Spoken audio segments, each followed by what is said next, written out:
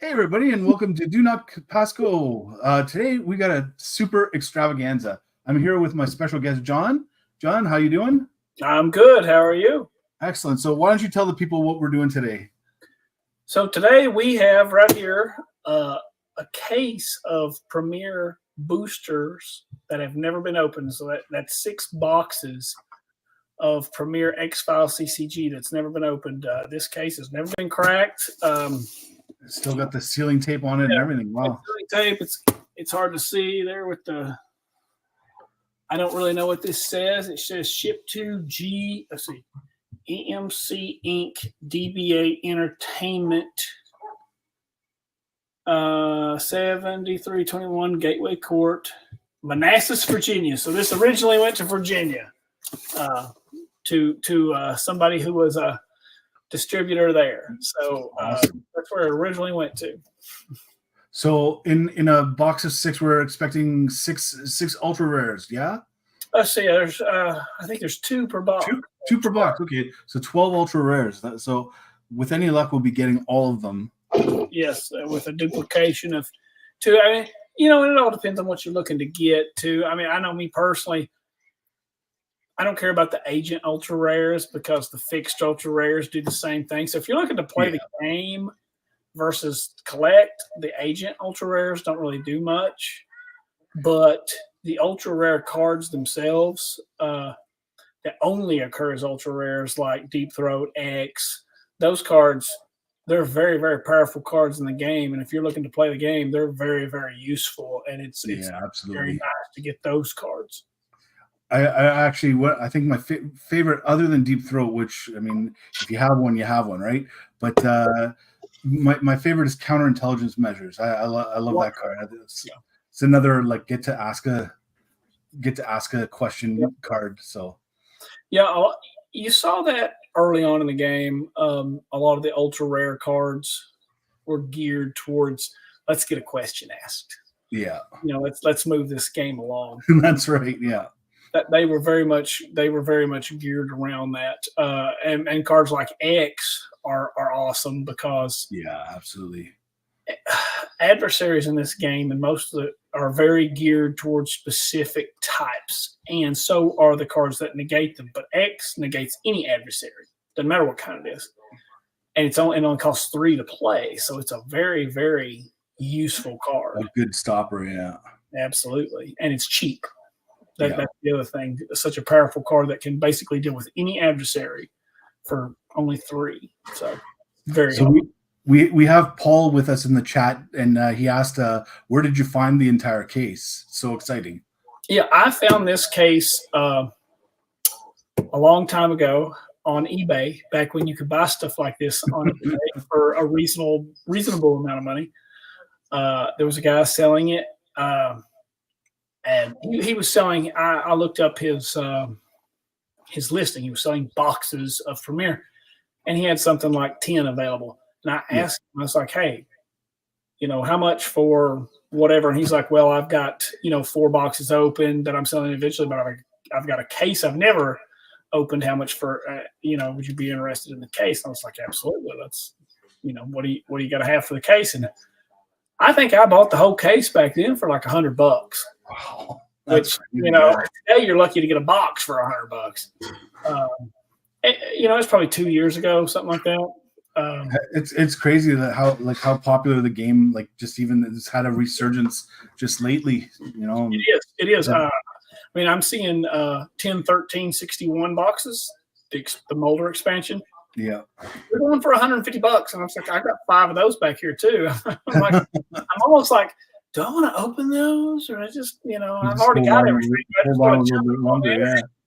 I mean, it's $750. That's crazy, yeah. Paul said he found a deal at a local shop last year, 1 box for $40. Yeah, it's a good deal right there. Yeah. My rule of thumb that I tell everybody on X-Files boxes, I don't care what kind of box it is, except maybe starter decks.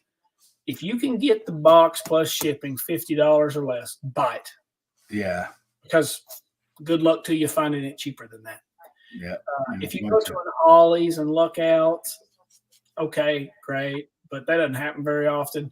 it's very hard to get these for $50 or less right now. And we don't even have those in Canada here. So, you just gotta find the right guy on Facebook Marketplace and hope for the best. Yeah.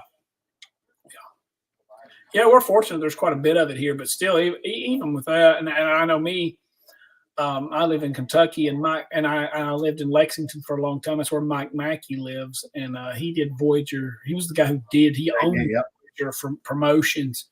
So I was able to get a lot of stuff from him back in the day because I lived there too. That's where the University of Kentucky is, and I went to school there, and I lived there for almost 20 years. And I was able to, meet him and get a lot of stuff like that, and we're still in contact. And he's always very big on supporting the game, but even his stuff, now you got to pay for it. Exactly. Yeah, it's definitely not cheap. No, and then you're working shipping to Canada. My God, that's what's stopping you from getting that elusive deep throat. It's bizarre to me because I know I can if I mail a card, a letter, or whatever in the U.S., it's the cost of a stamp. Yeah. Which is cheap, but even to Canada, if I said the same thing to Canada, it's only like $1.50. It's not expensive. It's weird. It's got something to do with the international shipping program for eBay, and that's what eBay deems. I guess maybe with tracking, I don't know, but it's just sometimes when you're paying half the cost of something just in shipping, it doesn't make it worth it. But we got a lot of cards to open up here. So why don't we get to the good stuff? Yeah, get to the good stuff. I'm gonna switch the camera view over here and switch over there. Yeah. So I will attack this thing. I've never opened a case before, so I'm kind of anxious. You're gonna have a lot of question sheets. Yeah. It's going to be interesting to see what's in here because, like I said, I've never opened a case. If there's any promotional, I don't know exactly how a case comes. I know the box itself is kind of boring, but Yeah, wonder if they put any promotional pamphlets or anything in there. Or? I have no idea. So that'll be interesting to see.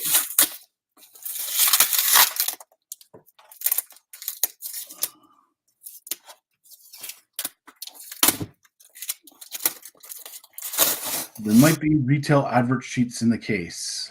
Okay. We will know momentarily.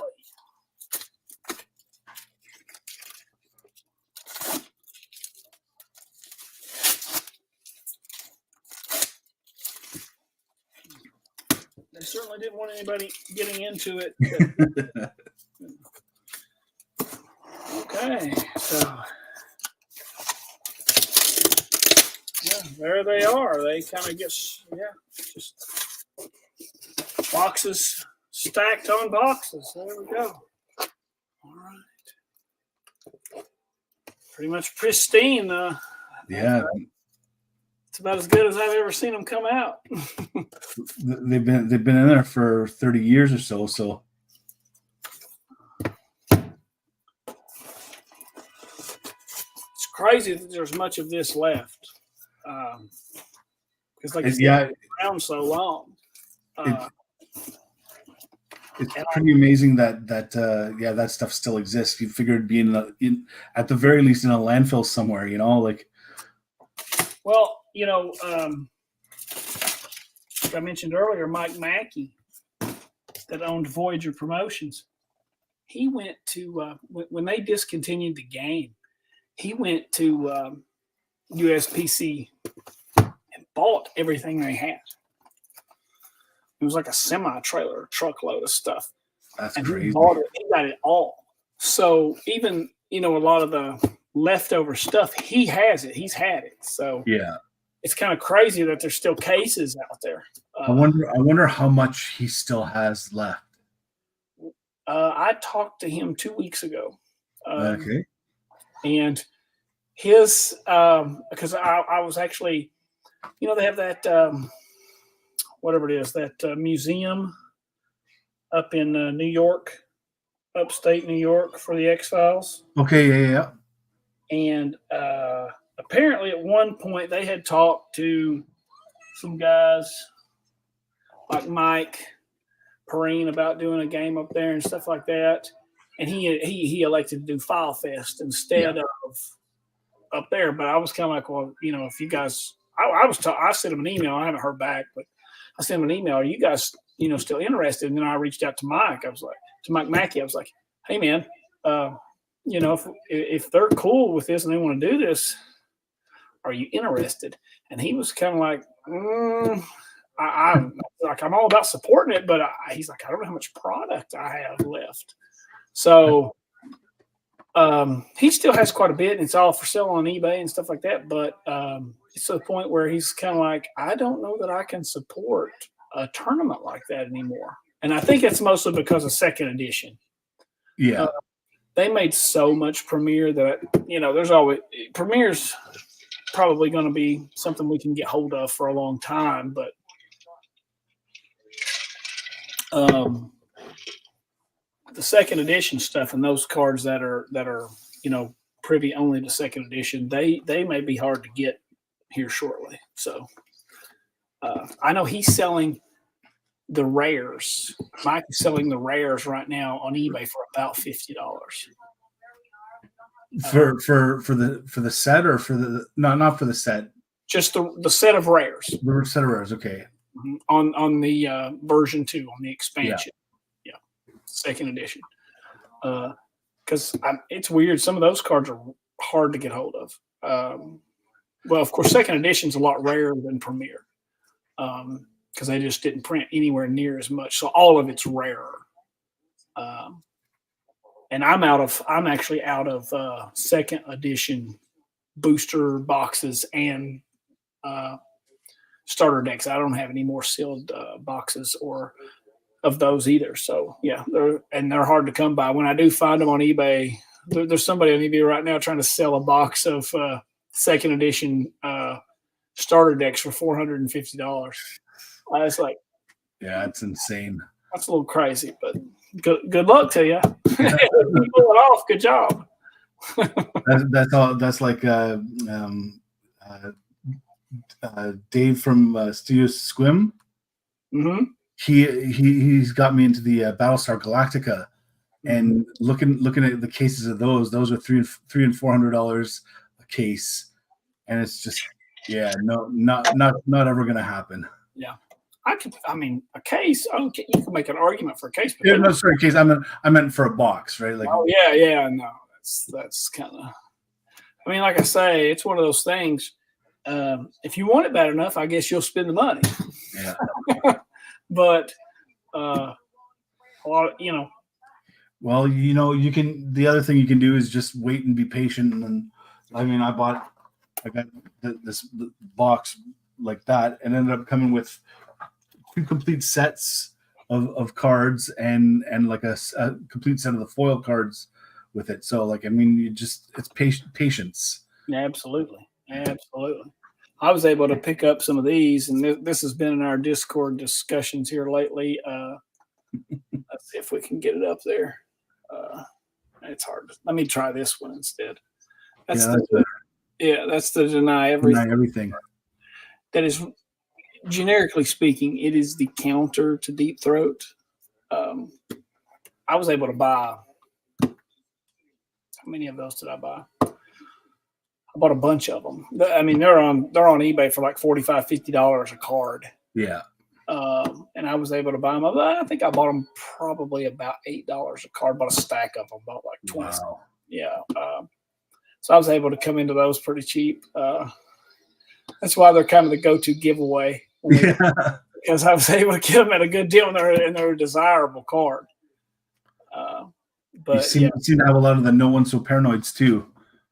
I think I have 5 of those. You're getting into hold on to them territory now. Yeah, I mean, I don't. I like to have. I don't know. I kind of like to have. You have the set, and then you have the 2 sets that you can play cards out of, but then you don't want to break anything out of that. So then everything's after that. So yeah. I mean, Speaking of the devil, David from Studio Squim, he said, I don't want it that badly. Yeah, it gets. I mean, I've kind of started doing some of the studio, the Scooby Doo stuff. Yeah, and I found a guy who has everything. He has all of it. Promos, both sets, every chase card, every foil card, every for demonstration purposes only card. Wow. But he wants over $2,000 for it, and it's like, not gonna happen. I mean, okay, but it's like, man, that's this is a game essentially no one plays, and I've already kind of when it comes to that level, I've kind of committed that level on the X-Files. I don't necessarily need to commit to that level on another game. On Scooby Doo. Yeah, exactly. And I have a lot of that stuff. I mean, the most desirable foil card. We actually did an opening and I pulled it, so that was awesome. Wow. It's like a skeleton in the electric chair foil. It's like the most desirable one. But this guy, the guy I was talking to, he wants more for the demo deck of the Scooby Doo than I paid for the Gen Con demo deck of the X-Files. It's like, man, I don't know about that. That's kind of extreme. Yeah, especially since Scooby Doo is just a clone of the X-Files, essentially. It is. The nice part about it is it's essentially the X-Files game with a whole lot less math. Yeah. There's a lot less stuff to keep track of. So it's simpler, and if you want a simpler game, but you like the mechanics, it's a wonderful game. I really like it. But yeah, it's scarce. It's hard to get hold of. Yeah, I've never seen it, so. Yeah. I found one box and I bought it, and then there was a second box and they wanted crazy money for it, and I was like, "Sorry, man, I'm not paying $450 for a box. I'm just not there. I don't care that much." And on top of that, you can get the starter decks for a Scooby Doo game, which are all the same and are all you need to play the game for like $20. So that's not bad, yeah. If you can get into the game for $20. Why you want to drop that kind of money? Yeah, exactly. If you're just interested in playing the game, which is pretty much what I am. Yeah, we're just interested in playing the game. All right, have you picked your first box? This one looks like a good one to start on. All right, I will take any guesses in the chat if you want to take a guess at what the two ultra rares in this box might be, or the other one. We're trying to get Mike a deep throat. Trying to get me a deep throat. Yeah. Trying to get the other game we always play is how many buyers. Yes, how many buyers and how many manners and all. We've done a few. Actually, Steven nailed it one time. He actually got the manners right, and I ended up sending him like 7 copies of Ancient Manners, which he probably has 1,000 of that card. And yet he still loves it. I'm guessing. Oh yeah. We've both got signed copies of it, and the guy that played Detective Manners was at File Fest. Yeah, and I mean, he was, it was hilarious. Some of the interaction in the videos with him and Steven, it was really funny. All right, let's see what number 1 yields us. Oh, it's already good. There's a good card right off the bat. Erlenmeyer Flask.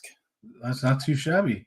Right off the top. But usually rares are in the back, aren't they? Wow. Yeah, and there's computer access to 9. This is a good pack. I like it already. It's my kind of pack right here. Yeah, that's pretty good. Erlenmeyer Flask and computer access denied in the same pack. That's not a bad start. The Asian specific killer cards are just rare cards, not ultra rares. That's right. Yeah. And they're expensive. If you actually play them, I think they cost 10. Yeah. I think they typically cost 10. There's a good one too. Shotgun, Symbol of Faith. Yeah, These are the arrangement on these packs so far is a little different. Yeah, the rares are right at the top. Yeah, that's weird. I wonder if when as far as packs go, the packs that usually contain the ultra rares are kind of in the middle of the box. Usually, yeah. Yeah. I wonder if that'll be the same or if that'll be different. We should be taking notes here just for posterity. Like, did it come from quadrant 1, 2, 3, or 4? How deep in did the ultra rare come? See if there's a pattern. There's a pack full of X-Files. That's pretty useless. But it did have the Conundrum, which is a pretty good bluff, and it had Intruder Countermeasure, Nasty Surprise, which is a good card. Yeah. Medikit, that's a good card. All right. I do know after our discard discussions today, I am definitely going to have something. If I don't have agents that have a Sciences 4 skill check, I'm going to absolutely have cards that give them a Sciences 4. That's right, yeah. Because I am not dealing with that in tournament play. Let's see if we. Oh, there's the Sandman. Yeah, a bunch of X-Files in that one too. Don't need those. Steven said something on Discord just now. Did you catch it? Let's see what it said. Been some lively and innovative discussions about rules and card mechanics on the Discord group. Bravo, everyone. To the 12 of you taking part in the upcoming tournament, when it comes to questionable plays, for instance, using unexplainable time loss to hinder an agent's game effect token, I recommend using your best judgment when it comes to such plays and advise you to avoid them as much as possible. As previously stated, Mike and I will do our very best to adjudicate these games, so please bear with us, for we do not possess all the answers. We strive to make fair and sound rulings whenever they arise. And you know what? Like, I think if you can't agree on a rule, then you got problems.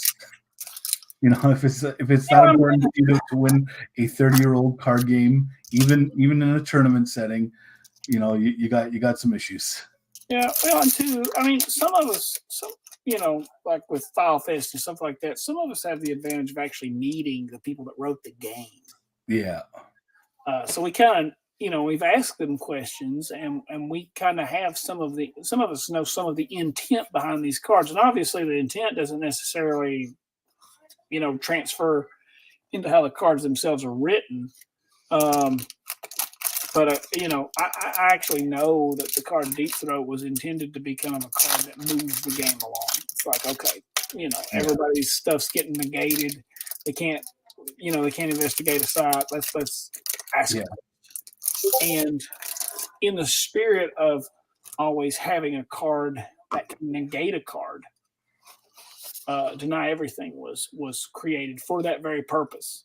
Yeah. Probably check the Double Agent. That's a good card. I like that card too. Yeah. There's authorized access only. Yeah. These cards, it is weird. The rarer cards are at the top on these packs. That's strange. I've never seen that before. And the surprises on X-Files, the CCG just keep coming, right? Yeah. There's always something new to be found. Theoretically, Mike Mackey, when he had bought all that stuff, he opened all that stuff and he got all the ultra rares out and sold them. Yeah. So, well, they did find some. And theoretically, since there's only supposed to be 2 per box, you should know when you found them. Apparently, that wasn't always the case because they found some ultra rares in those boxes when we opened them up at File Fest.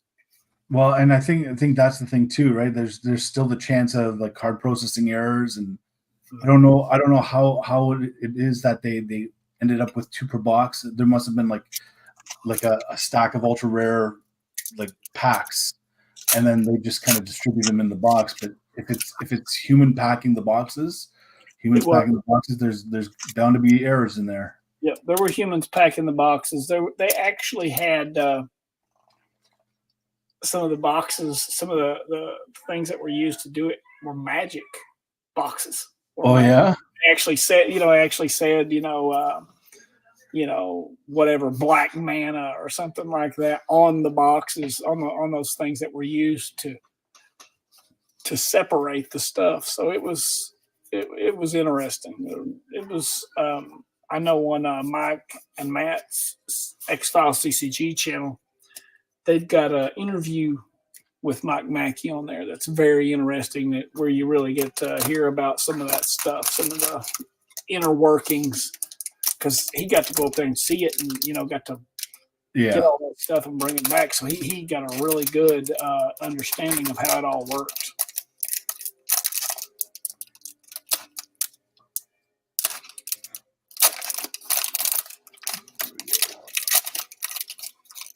It's probably my favorite episode of their of that. Yeah, if you haven't seen it, going back and rewatching them, it is an education in gameplay mechanic or game creation. A lot of it too, the stuff with oh boy, names me, crazy guy with the beard, Hadros on the Discord. Oh, David May. David May, there you go. Yeah, watching his stuff. It's a master class on game design. Yep. There's abduction and the host attacks. Those are two nasty adversaries. Yeah, one of my favorite adversaries is the abduction. Never pull it off, but one day I will. Yeah, there's let's see. Get one of those cards that allows you to change the keyword. Yeah. And then use it. Oh, there's a cigarette smoking strikes. That's a great card. That allows you to change any keyword to any other keyword. Yeah. That's it right there. I think the Thinker does that as well, doesn't he? What does the Thinker do? He allows you. I don't know if it's any keyword. Actually, yeah, it might be. I think he's the witness version. Witness, yeah. The cigarette smoking man strikes is kind of the conspiracy version, and then the Thinker is basically the resource. When you're in the investigative version of that. And that's you see that a lot in the game. There's kind of a conspiracy player version and a resource player version. Yeah. Of a lot of the cards. Which is necessary for the game to be balanced. Exactly, yeah.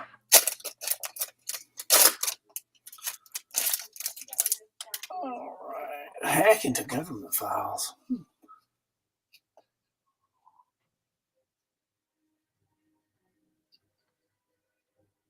I'm just reading this one because I don't remember what it does. Hack into government files, isn't that the one that lets you go get a card from somewhere else? See, play on a team to make a computer 4+ skill check. If successful, you may select any card in your collection. Yeah. And add it to your hand. The card need not be part of your bureau deck, nor may it exceed the limit of 2 cards per deck. Yeah. So that's the one that's card pile or your bureau deck, basically. That one's been errated for the tournament to be just go through your deck and find it. So yep. Yeah, because apparently at some point people were trying to use it for cards that had been removed from the game. Yeah. So if you had used 2 deep throws, play that, pull a 3rd deep throw, Yeah. Because it doesn't say that you can't use cards that have been removed from the game, but that's weird. Your collection, that is kind of a strange way to state that. It does kind of make you wonder, I guess. I think what they probably meant was all of your cards that you had in your deck, your discard, your deck, whatever. Yeah, maybe. I think that in Magic there was a card that had a similar effect where you could go and go into your sideboard and pull out a card. That was back in the early versions of Magic. Oh, there's a two good ones. The Manitou Starks' Prey and Operation Blue Falcon or Operation Falcon Blue Berets. Those are both good. Yeah, adversaries too. Adversaries. There's a good card, Relentless Pursuit. I love that card. And Hard Evidence. Wow, this is a good. And Langley, man, this is a good. This is a good pack. That's a good pack right there. So Paul was obviously an ancient Magic player too. Said Ring of Maruf was the original. They did a cycle of wishes later that got specific cards. I always liked cards like that. Like a Demonic Tutor was the Magic the Gathering where you could search your deck for any card you needed. I always liked cards like that. Yeah, I mean those cards are great in just about any game because if you're kind of not drawing what you need, it really they're a big help in getting what you need. Yeah, well, especially too when you're only allowed to have two versions of a card in your deck, as opposed to most games where you can have four. Yeah. In a deck. Wow, I don't deep. X-Files, this game would be crazy if you could have four Deep Throats. Oh my god. Yeah, you could theoretically end the game there. That's right. So.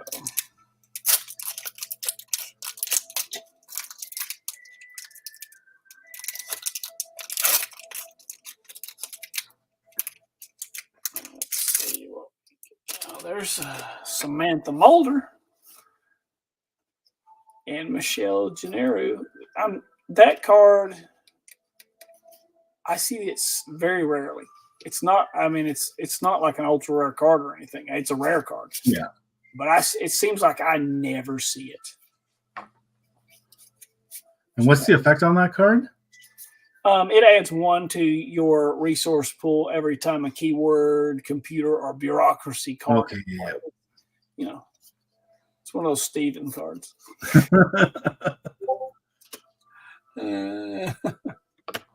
It's good for piling up the resource points like he likes to do. Has anyone crunched the numbers on the average number of questions needed to guess an X-File? That's a good question. Yeah, I'm sure there is math for that, but when it's me, it's the maximum amount of questions possible. Especially I mean, it's if you get that first question lucky. Oh yeah, that's what happened. I mean, it just bam. David P says a member of the Kevin Morris Mafia. Yes, absolutely. By the way, David, I love your new shirt. Yes, I told him it was sexy.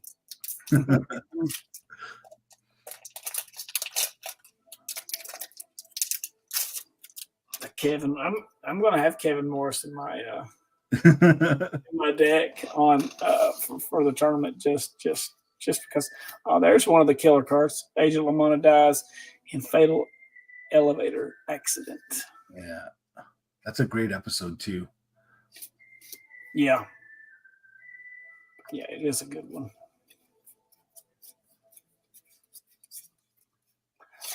So far, there's been a lot of X-Files in this thing. Yeah, when I opened up my case, there was a lot of X-Files in mine too. The way Premiere cards were collated was bizarre. Yeah, absolutely.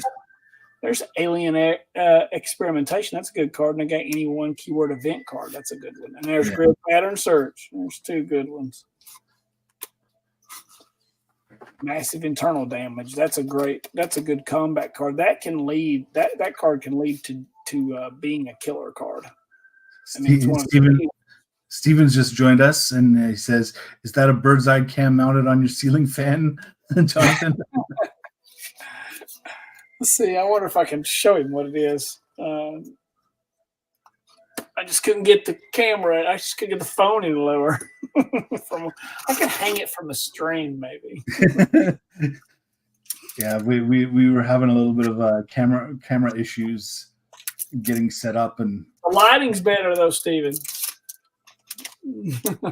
all we need to figure is the zoom, and then you'll be. I could zoom. I'd have it nailed.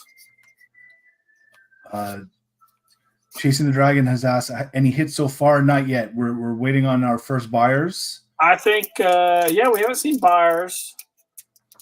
But we're getting about midway through this box, so I got a feeling we're going to see an ultra rare soon. Because that's where they tend to be.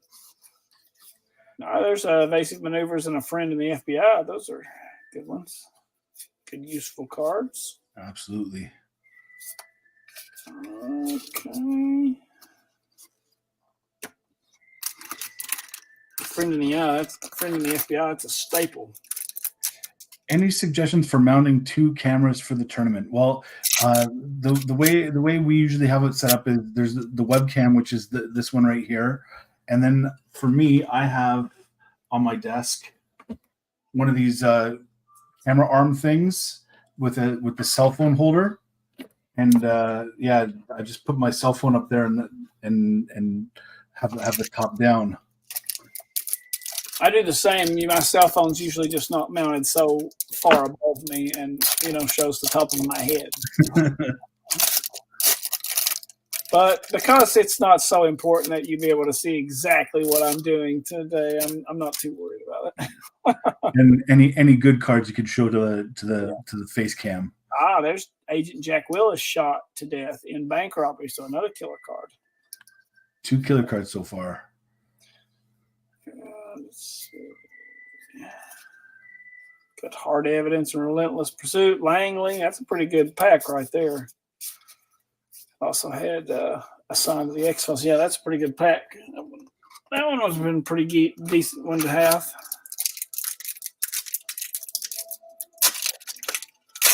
And for the newcomers coming in, just kind of a weird anomaly with this box here. All of the rares seem to have been from they're all at the top of the pack, right on the top rather than the bottom.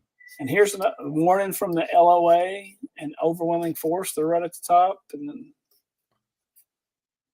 let's see. There's Rejuvenating Caves. That's a great card. Yeah, that's the dark friend of the FBI. All right.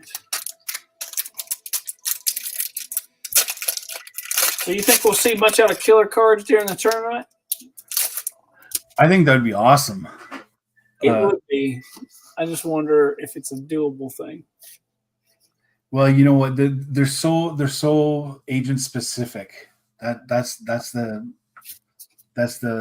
hard part. And if you don't know someone playing Agent Reggie Purdue, and you've got it in your deck, which would be good if you were able to use a sideboard, and have 10 cards on the side who are your agents? Okay, well, I'm gonna put these cards in my deck, and here are my agents. You can put your cards in the deck, and wow, that's a lot of X-Files in that thing. Wow, yeah, okay, that was an X-Files pack. If you'd have bought that pack back in the day, you would have been, and that was the only pack you bought, you would have not been happy. Oh man, you're spending your hard-earned $4 or whatever it would have been. All sites, great. Yeah. You got some gear in this one. Yeah. Nothing too crazy. Well, this box has definitely not stuck to the norm of having ultra rare packs in the middle. In the middle, yeah. Definitely not been the case. Because we're almost to the bottom. And we haven't seen an ultra rare yet. Not a single yet. Yeah. So that's kind of weird.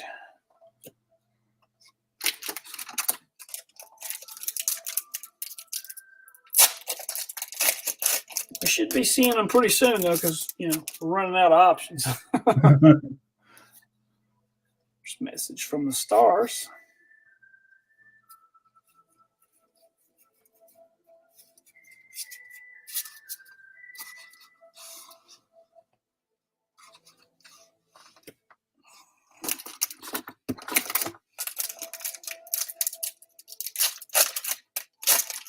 Oh, wow.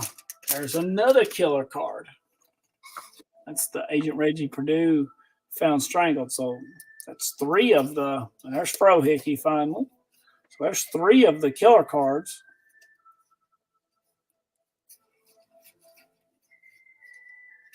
Still no ultras. We're down to, I think, the last 4 packs. Did I read correctly in the Discord that someone claimed any deep throat you might come across? Not any, just one. That we're part of this is we're hunting for a deep throat for me.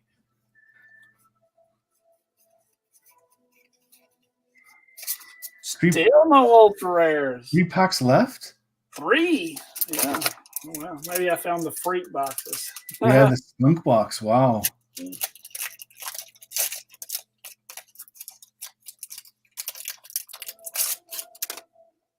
Let's see what we got. There's Samuel Hartley and True Grit.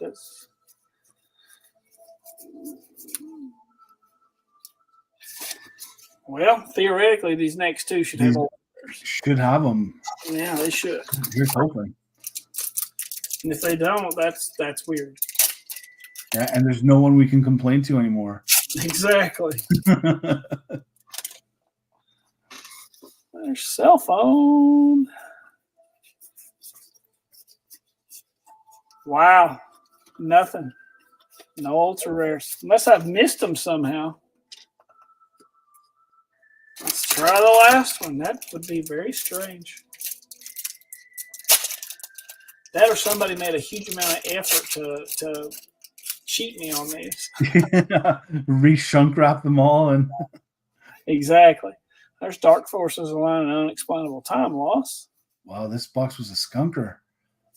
Let's see what we got. It's a bit of an odd box, though. Yeah, I didn't see a single ultra rare in there. I'm going to have to go back through and recheck, I guess. Yeah. Let me see. Because there were no agents that came through that I saw. No, not a single agent in the whole box of any kind.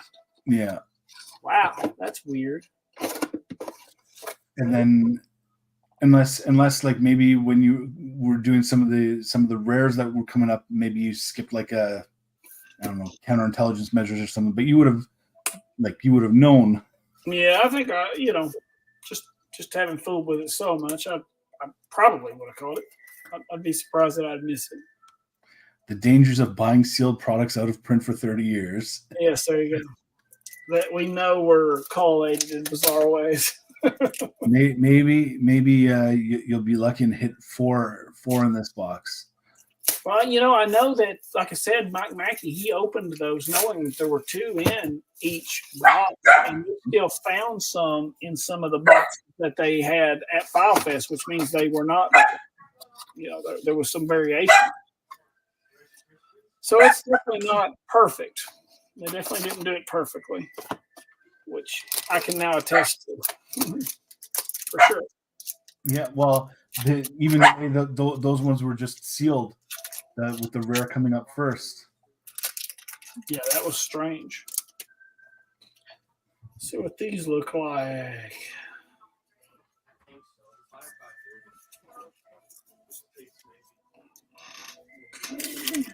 Where was the rare in there?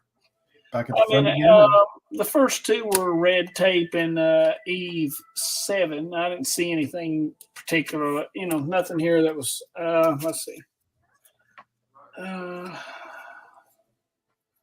Government risk suspects. I mean, they had a little bit of equipment, a few combat cards, nothing special in that one. Yeah, nothing to get excited about there.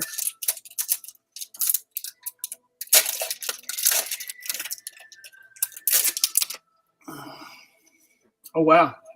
This might be a duplicate of the exact same card. No, it's got X-Files in it. It's even worse. Wow.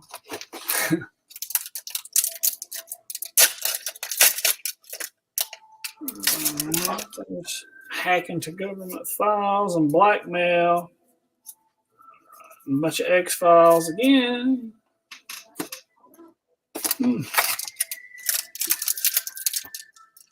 This is apparently not the case you wanted to get. Yeah. The Manitou stalks his prey in Operation Falcon Blue Berets. That looks very similar to one we got in the last box. That's right, yeah.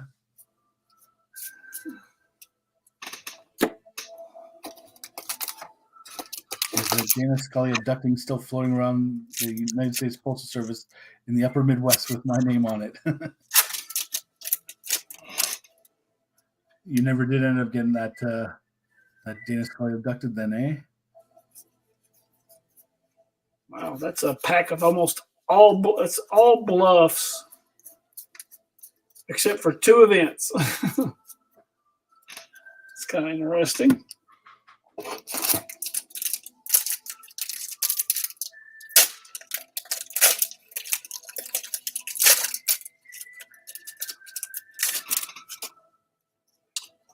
There's Agent Lamont dies in fatal elevator accident again. Bunch of X-Files.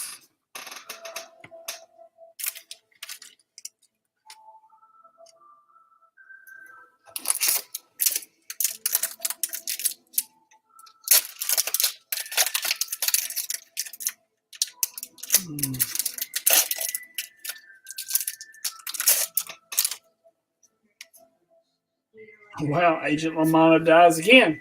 This guy's dying a lot.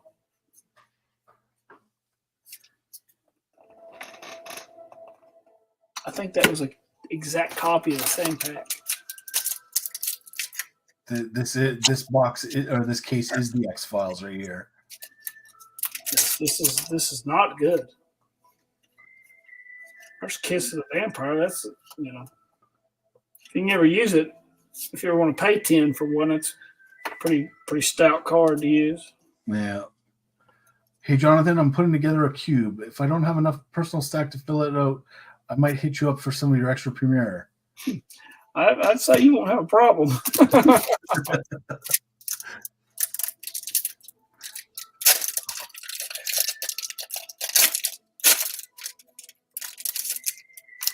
Oh, there's a good one. Alien Experimentation. Of course, Grid Pattern Search. It feels like this is almost a repeat of the last box. It does feel that way.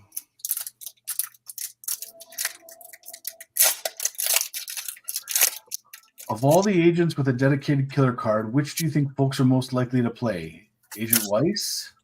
Lamana. Yeah. And I say that because his token is such a useful thing. Of course, once he's used the token, then, well, Yeah. It's not such a big deal anymore. But I personally would say Lamana.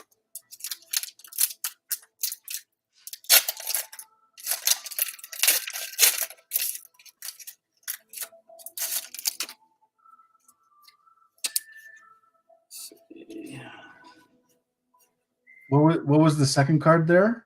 It was government sanctioned pheromone experiments, which is a pretty stout card. It's an expensive card. It takes 8 conspiracy to play. It forces the opponent to make a sciences force skill check. If the team fails, you may choose an opposing agent on the team to enter combat with any other agent on the team. Combat will only last 1 round. So it basically allows you to do some damage to somebody. A little bit of chip damage at least, yeah. Mm-hmm. But for 8, it's kind of expensive for 8 when you've got other cards that can, send a whole team to the hospital for that kind of cost.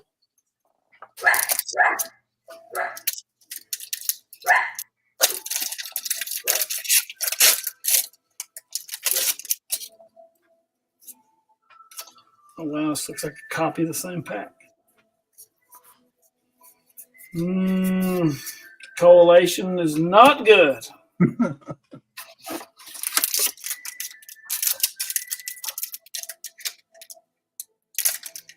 Might should have left this as a case and sold it. Yeah, I'm thinking if you get skunked again, the last 4 boxes maybe just sell them. Good on the killer cards though. There's Agent Jack Willis shot to death again, and Sign of the X-Files. Good on those. Those are turning up pretty readily. Yeah.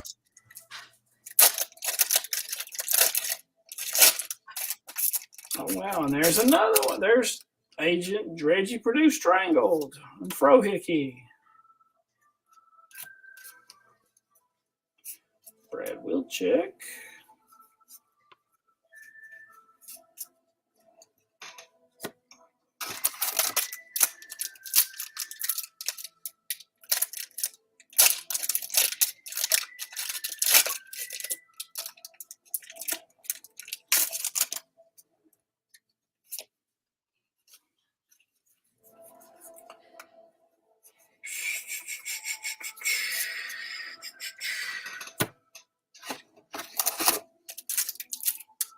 All right, now we got to play catch up on some ultra rares.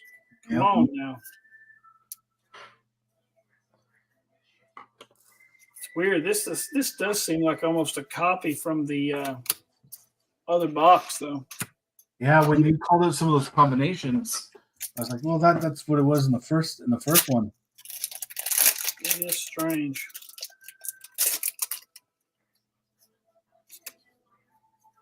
Wow, that looks like almost the same pack I just opened.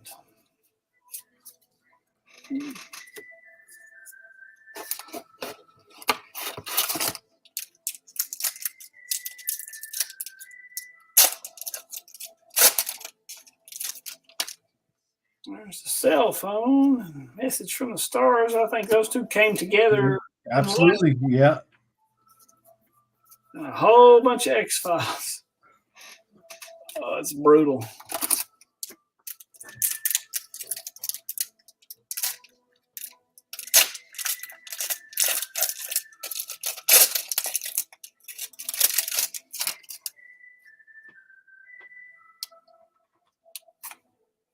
There's another message from the Stars. Dr. Nolette.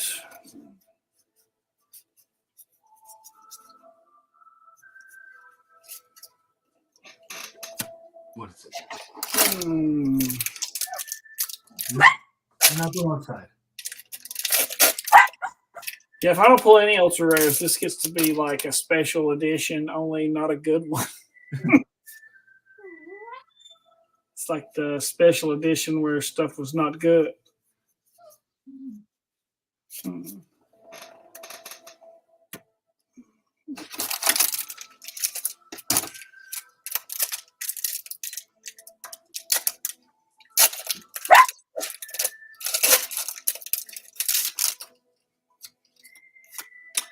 There's unexplainable time loss, which has driven us crazy today.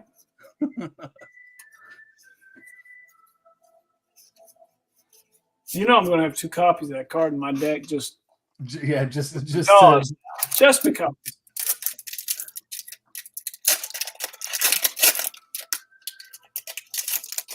There's the Erlenmeyer flask again. Computer access denied. I think that was your first rare that you hit in the other box. I think so.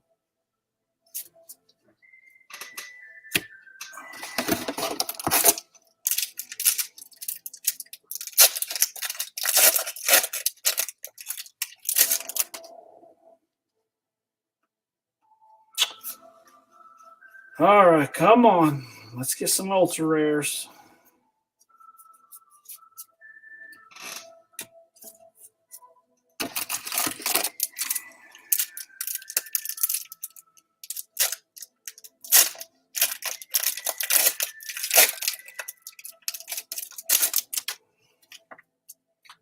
Shotgun, that's a good card to sell. So a lot of equipment in that. Equipment and X-Files and Harry Coakley. It's kind of a bizarre compilation.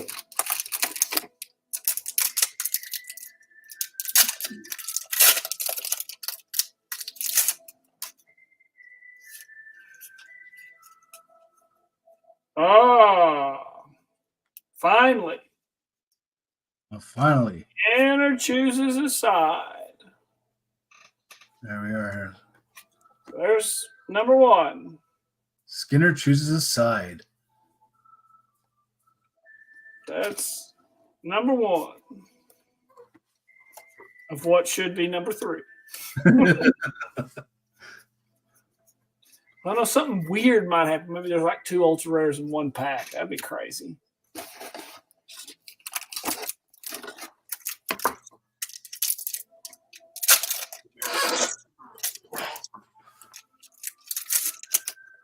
Let's see what we got.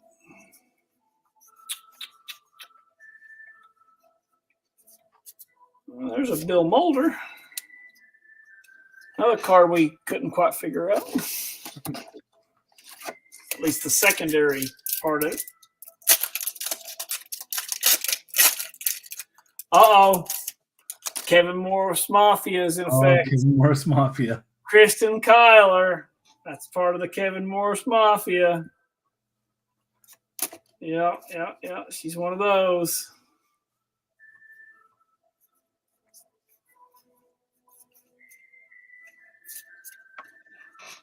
All right. Gonna save that box that didn't have any ultra rares in it. It could be a freak. I wonder how often that actually happened, because I don't think it was a guaranteed that you get 2 in a box, right? It was. I really don't. I mean, I thought they were supposed to be 2 in a box. I don't know that I've ever seen it any other way. But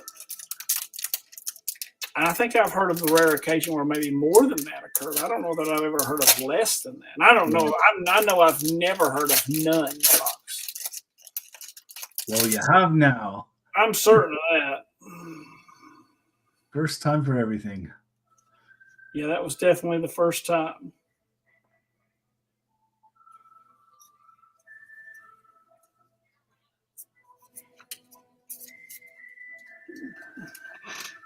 And I'm hoping this box has 2 or 3 or 4.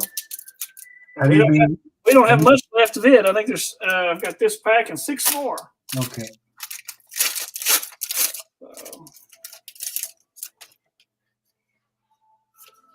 Oh, there's Krychek the Double Agent. That's a good card.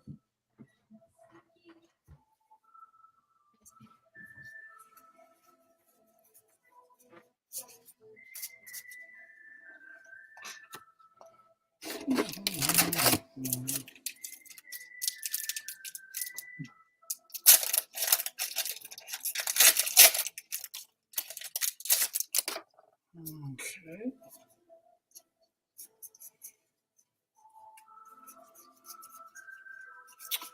A lot of X-Files again. Man, I got lots of X-Files cards.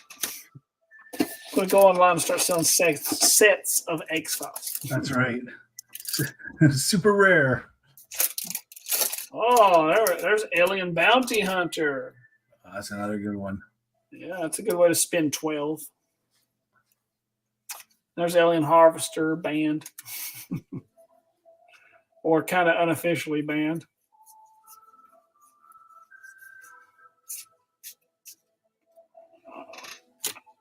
All right. Okay, we're down to the last 4. All right, let's hit another one.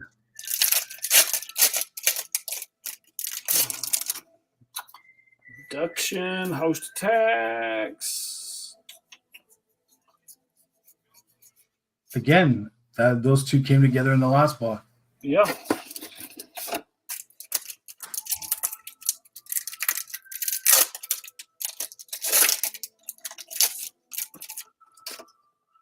Mm-hmm. Oh, there's Lulu Phillips. One we haven't seen yet.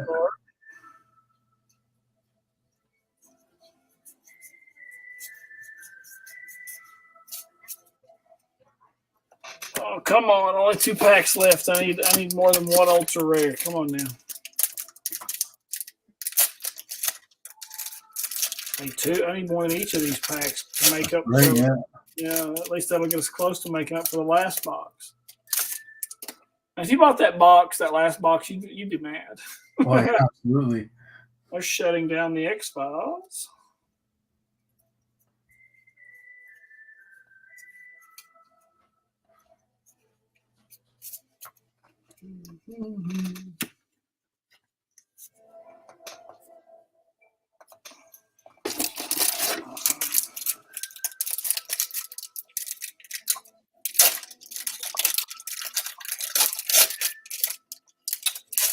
There's the cigarette smoking man strikes. That's a good one. Alien Discretion. That's a good one.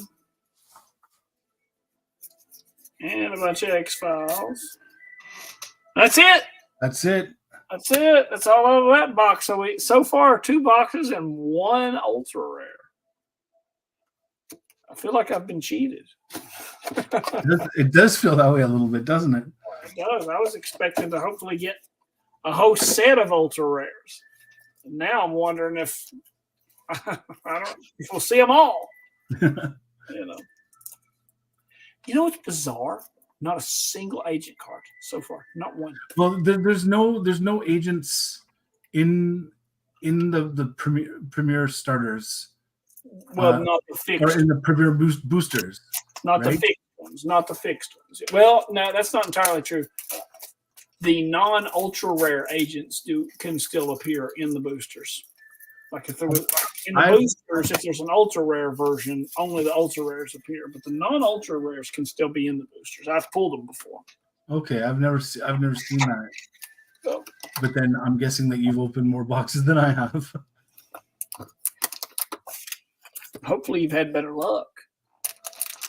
Well, I did get the 2 ultra rares, so.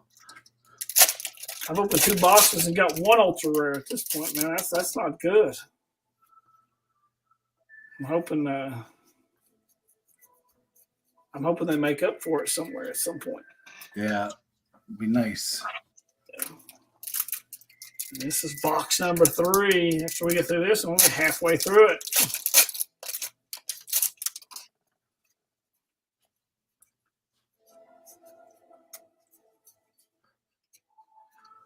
There's Hazardous Sample.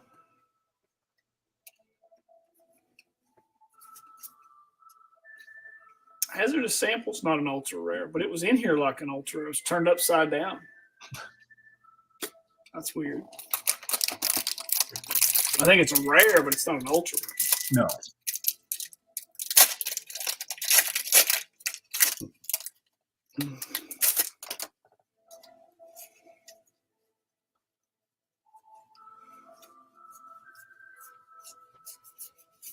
This is what happens when you get a company that prints, playing cards to do this. I mean, they're used to printing the same amount of cards in every single thing. Exactly, yeah. When you've done that for 100 years and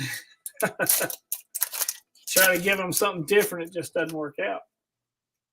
Well, at least you haven't turned up with like an ace of spades in one of them. That is true. So far, they have all at least been X-Files cards. If you turn up an ace of spades in here, I bet that, I think I'd have to say that might have some value to it. An X-Files ace of spades. I definitely think that was a one-of-a-kinder. There's a hockey cards. There's a brand called OPG, and in their sets, they have playing cards in them. And so you can get like Connor McDavid, the Ace of Spades, or and so you can actually build an entire deck of playing cards out of those. It's kind of neat. Yeah, they've done that. There's been some of that in the U.S. too, where they had. You used to be able to buy just a deck of playing cards that were sports players. Yeah, I've seen those, but like I'm talking, they're special inserts in a pack of hockey cards. Yeah, it'd be a special set you'd have to collect. Yeah.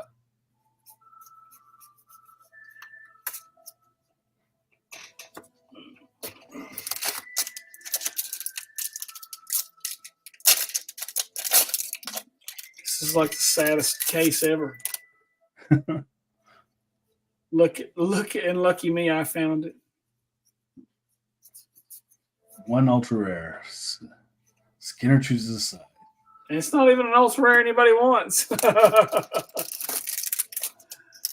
Nobody wants that one.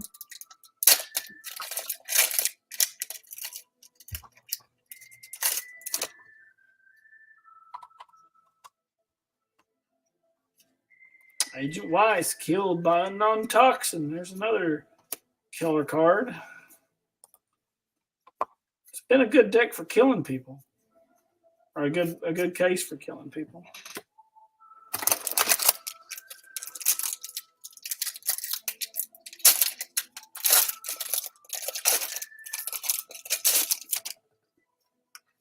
That Skinner chooses a side. I'm just reading the text for it right now. Play when Assistant Director Walter Skinner is in the Bureau section of the table, and the affiliation of your opponent's X-Files is known. So already you got to have like two. Well, he's going to be in the Bureau pretty much anyways, but you also have to know the affiliation to play it. That's insane. And then they get a +1 bureaucracy and +1 subterfuge. Wow. Discarded token. Okay, discarded token to negate one event card. So you get 2 tokens. That's not so bad. Yeah, I mean it's a powerful card if you can use it. Yeah. Oh, there it is, Kevin Morris, baby. We got Kevin Morris. There he is. There it is, Stephen. Kevin Morris is in the house. Took whatever 3 boxes to find one, but or 2.5. We haven't come across the buyers yet either, have we? No. This is the weirdest set of group of boxes I've ever opened. Steven says, I want that ultra rare if you don't want it. I'm willing to bet, Steven, that you have a copy or 2 of Skinner chooses a side.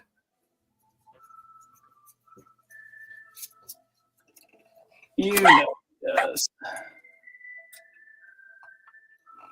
Nope, that's the only one I need to complete my set. Did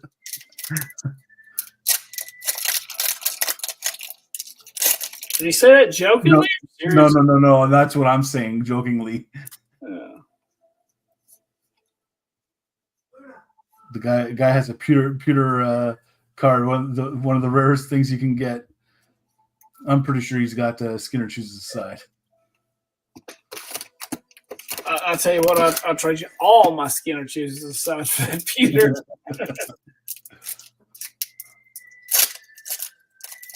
2 copies, yeah, going for a 3rd complete set.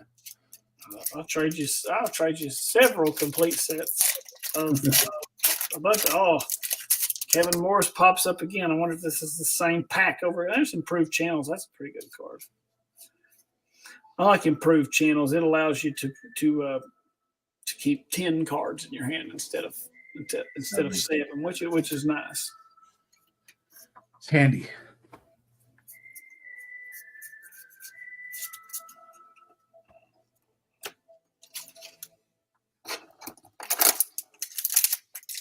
Well, if you buy stuff and you end up not needing it, you don't have to end up just wasting it, with discard. Yeah. Because nobody likes to do that.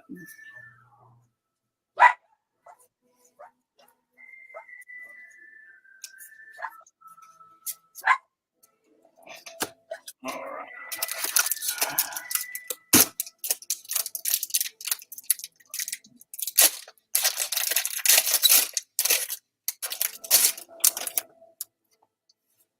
There's the Thinker.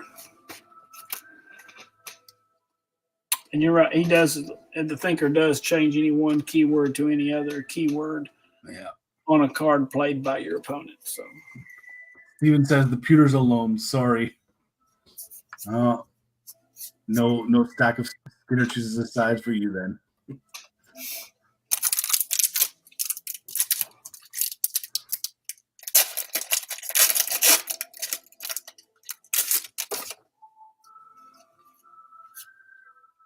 Terminal Damage, that's a good card. It's a killer card. Yeah.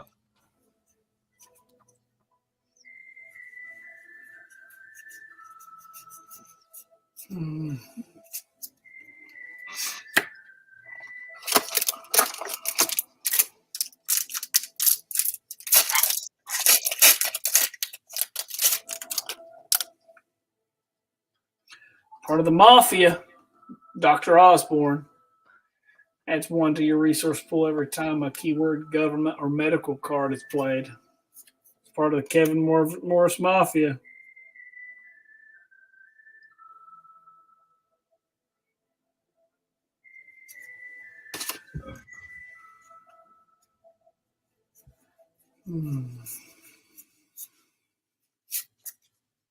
Not much going on there. Come on, ultra rares.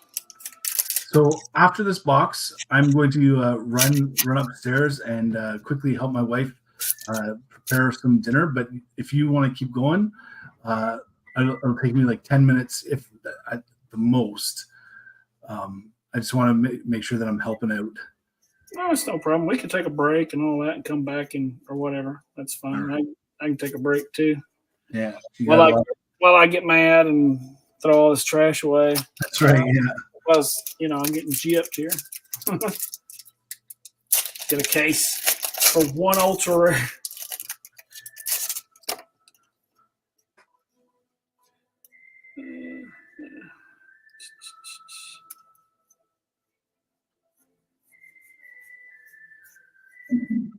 But I got plenty of X-Files cards. Yeah. Not in any danger of running out of those.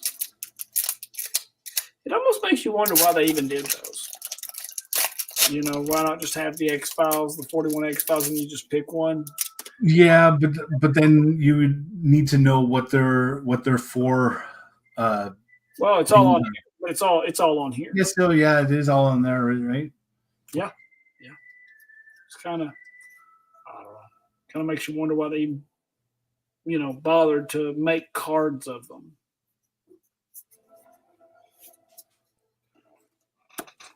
I don't mind the cards. I think they're nice cards, like nice looking cards. But yeah, there's just too many of them.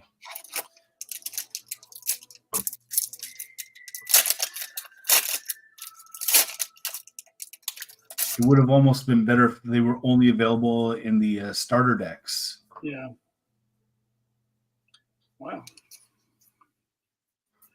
There's 4 adversaries in that pack. It's loaded up with adversaries, but it's still got X-Files in it. Man. I'm not slacking on the X-Files.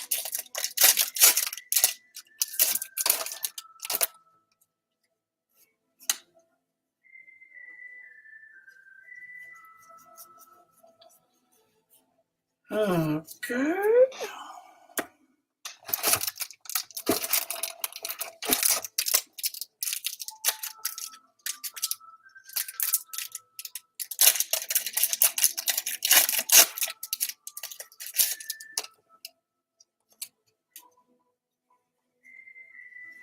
There we go. An ultra rare Walter Skinner. Excellent. Finally.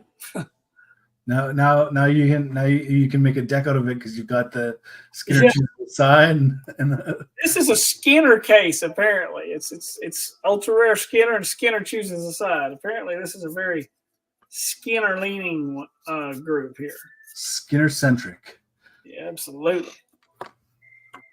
All right, give me another one. I need another one. Maybe some of these boxes will be on par with what they're supposed to be. I think we're moving that way because it seems almost sooner than the last one you found.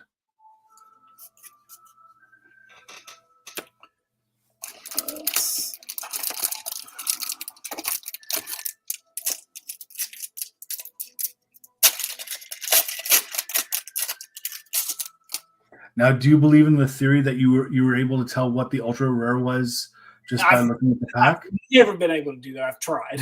I've never been able to pull it off. They're like, well, it's this, and this little bar, and this. I'm like, I can't tell the difference. And every time I was like, oh, this is it. This is one I found one. I open it, there's no ultra rare in it. And here we are, another ultra rare. Okay, what do we got here? Agent Krychek. Agent Krychek. Ultra rare. So now we get to see if this box only has 2 or if it makes up for the other loser boxes. Which would be nice. It would be nice. Yeah.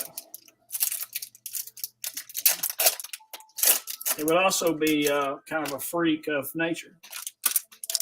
Because theoretically, that's not supposed to happen. Well, one in a box isn't supposed to happen, and 0 in a box isn't supposed to happen. Absolutely. I got a feeling, though, I'm not lucky enough to have the one that has 3, or something like that. I'm the opposite. My guess, if the way things have been going, you went 0, 1, 2, the next box is going to be 3. That'd be cool. Yeah. Not what we were looking for, but nice to see something appear. You're exactly right, Paul. Yeah, absolutely. It's definitely. It could have been worse. It could have been none in all of them. That would have really been crappy. Yeah.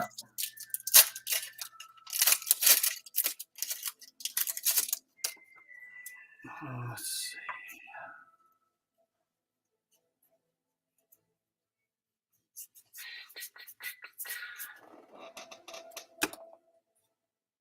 I think the Overcoat Man must have been the most printed X-Files CCG card ever. You think so? I swear to God, he's like in every pack I've ever opened ever. It's like constant.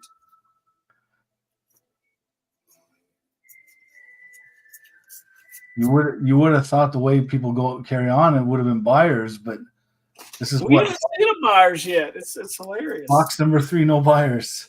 Yeah. Seen Fro, Hickey, and Langley. Nobody likes buyers. That's what it is. I mean, I want to like buyers. I want to find a way to make buyers useful, but I can't do it. I actually was playing a game, and I used a No One So Paranoid for a +1 computer. Yeah, and it worked.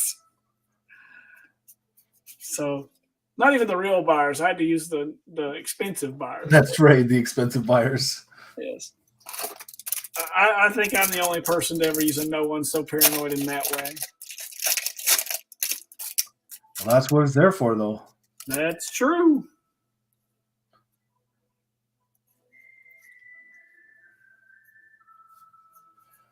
Steven says, I think Doug Spiney is the most printed card.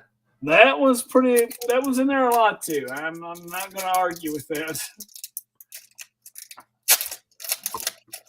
How about he's the most common witness, and the Overcoat Man is the most common bluff?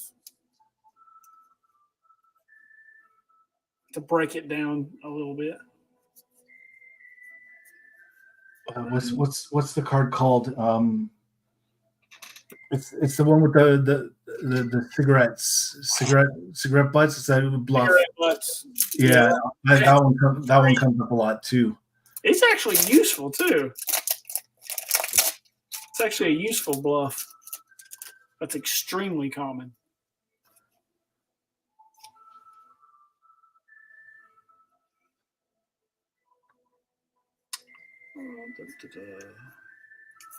Detective Tony Fiora, he's pretty common too. In here a lot too. There it is, cigarette butts. Yep. I don't like those bluffs where it's like X, but where you pay this many and get this many. There's enough math in this game already. We don't need more.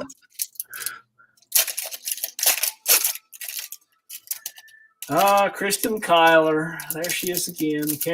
Kevin Morris Mafia strikes. Kevin Morris strikes again, yeah.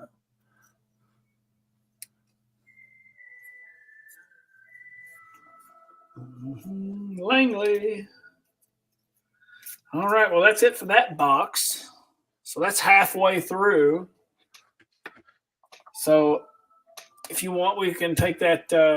Yeah, let's take like a 5-minute break. Yeah, we'll take a little break. I'll clean up my pile of trash. All right. If the overcoat man isn't the most common bluff, then Dr. Aaron Monte or Paul Mazinger would probably be in the running. Absolutely. And they might, in theory, to be honest, they're probably equal. Those three are probably all equal. Yeah. They probably are. All right. So I'll meet you back here in 5 minutes. Okay. Sounds good. Put my camera on mute, and you can stare at my beautiful wall. And I'll clean up my mess. All right. And everyone, smoke them if you got them. Go get yourself a drink. Yeah. And we'll be right back in 5 minutes. All righty. Sounds good.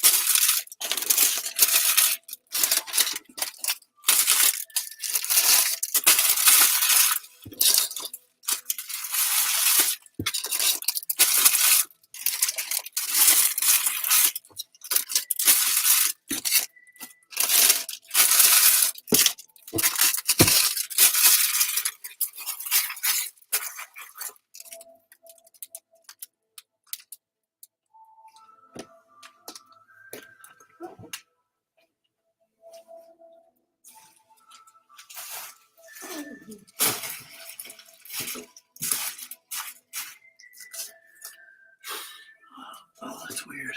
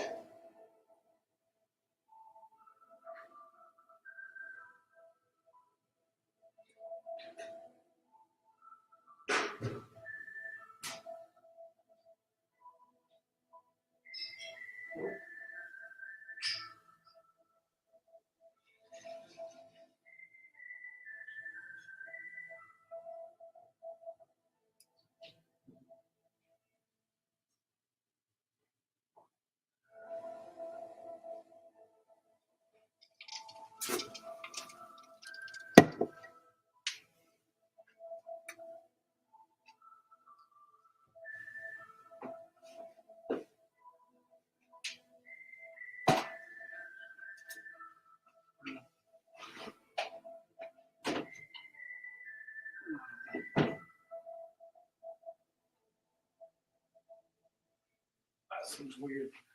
I don't think I could have got through all those that fast. I just put.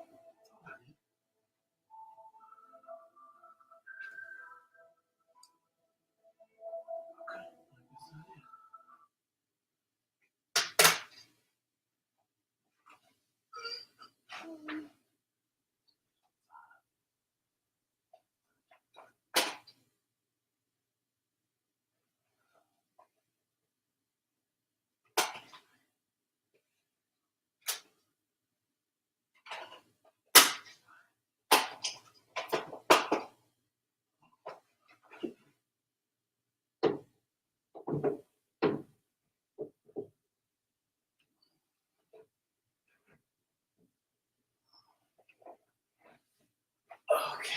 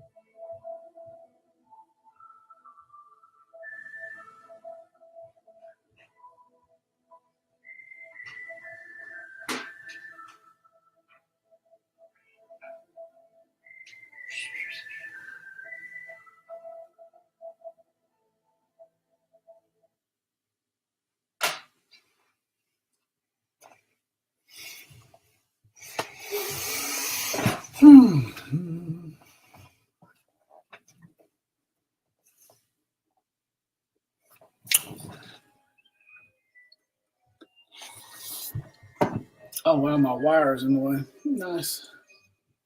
That's great.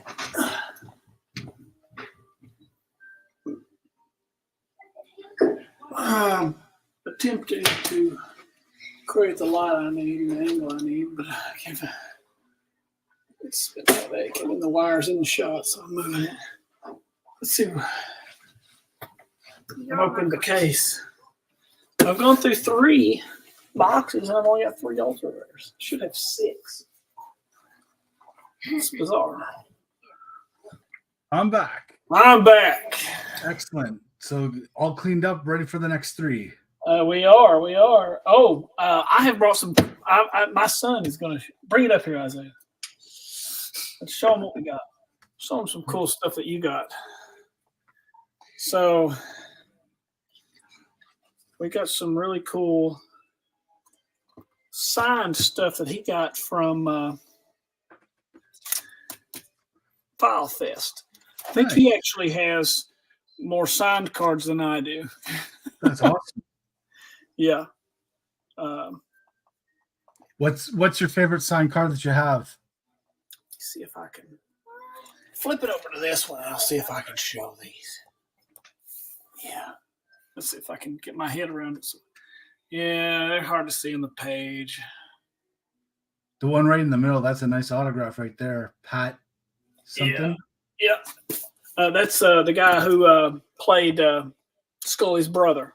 Okay. Yeah. That is whatever it's, that was one of the non-officially released cards. It's called a Scully Family Gathering. And then you remember Sydney from what is that episode? The Field Where I Died. Okay, yeah. The woman who has the multiple personality. Yeah. He's got that, and Sarah Kavanaugh, which her personality in that is Sydney, and then her alternate personality is Sarah Kavanaugh from a past life. And he has both of those signed, and he's got the old Langley and the new Langley card signed. Nice. By Dean. So yeah, there's some cool things in here. These, let's see, those white cards, they're hard to see, but those are actually original playtest cards. Oh, nice. And I mean, there's, Agent Dana Scully, which is not a common one from playtest stuff.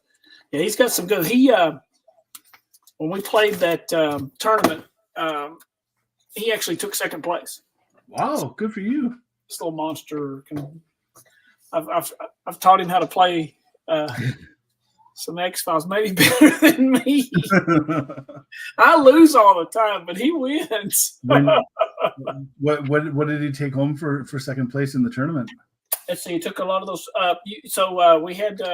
Did you see any of the File Fest stuff? Did you see how they were doing it? Yeah, I watched a little bit of it. Yeah. The hell money that they gave away. Yeah. Basically, it was like money you could spend on the stuff that you could win. Okay, yeah. And he got a lot of those playtest cards, those autograph cards. He got an uncut sheet. Nice. Actually, the uncut sheet, did Nathan give you that? Remember that uncut sheet of cards that we framed up in your room? Did Nathan give you that? Because he couldn't take it with him, or did one of the guys? I was thinking. No. Okay, did you buy it? Did you win it? Okay, you won that. Okay. Yeah, I couldn't remember. But yeah, he got some cool stuff. That was an interesting concept, that hell money. I like that. Yeah, I like I've got a card. He's got the card in there too. I play X-Files for Hell Money. Yeah. Yeah, I've got one somewhere too. I love that card. We got? Hell Money signed by. Oh yeah, you've got the actual Hell Money signed by who signed it? Dean? Yeah. Yeah. Nice. Dean signed by Dean. Yeah, Dean. Oh yeah, it's got like a cartoon face of Dean Haglin on it, and then Dean signed it. So. Sweet. So yeah, it's pretty cool.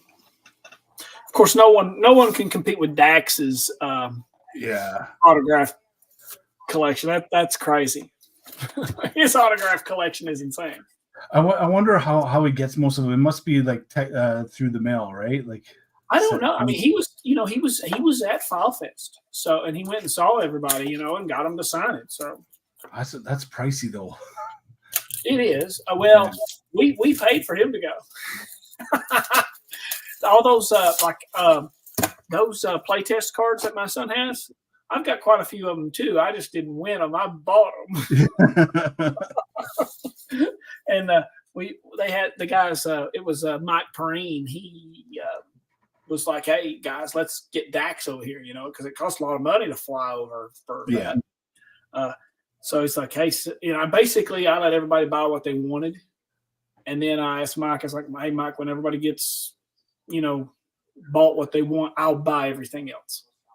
Wow. And that's kind of how I did it. So I bought all the leftovers. Because a playtest card's a playtest card to me. It's kind of like they're all kind of equal. Rarity.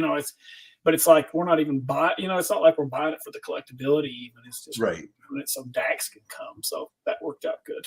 So yeah, he was able to go. It was nice. It was cool to get to meet these guys.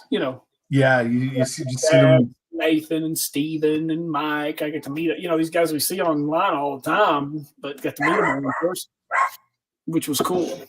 So I'm just gonna close the door here. Just came in. It's cold today. All right. If I get slurry, this is bourbon. It's St. Patrick's Day, man. It's all good. I don't want to hear it. It's all good. I'm allowed. Yes, I'm allowed. I'm a Hagy. I'm of that descent. Come on, let me do what I need to do. I don't think that'll happen. I'm a day chuck. I'm still wearing green today, so you're allowed to be Irish for one day. It's weird up here. Okay, I'm pointing at my camera on my computer. Yep. Yeah. There it doesn't look green. But on the overhead, it does look green. It is a green shirt. So yeah. Anyway. All right. Come on. Let's see if we can get some more normalcy here. I'm all about weirdness, but not when it deprives me of weirdness on the plus side. Yeah, I need two weird boxes where there's more ultra rares than normal. not this craziness.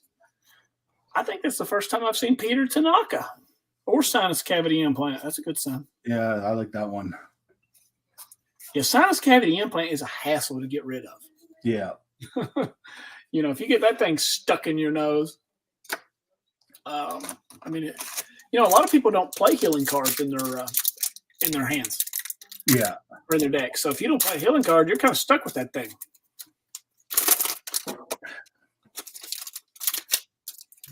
Well, I already told you my my agents.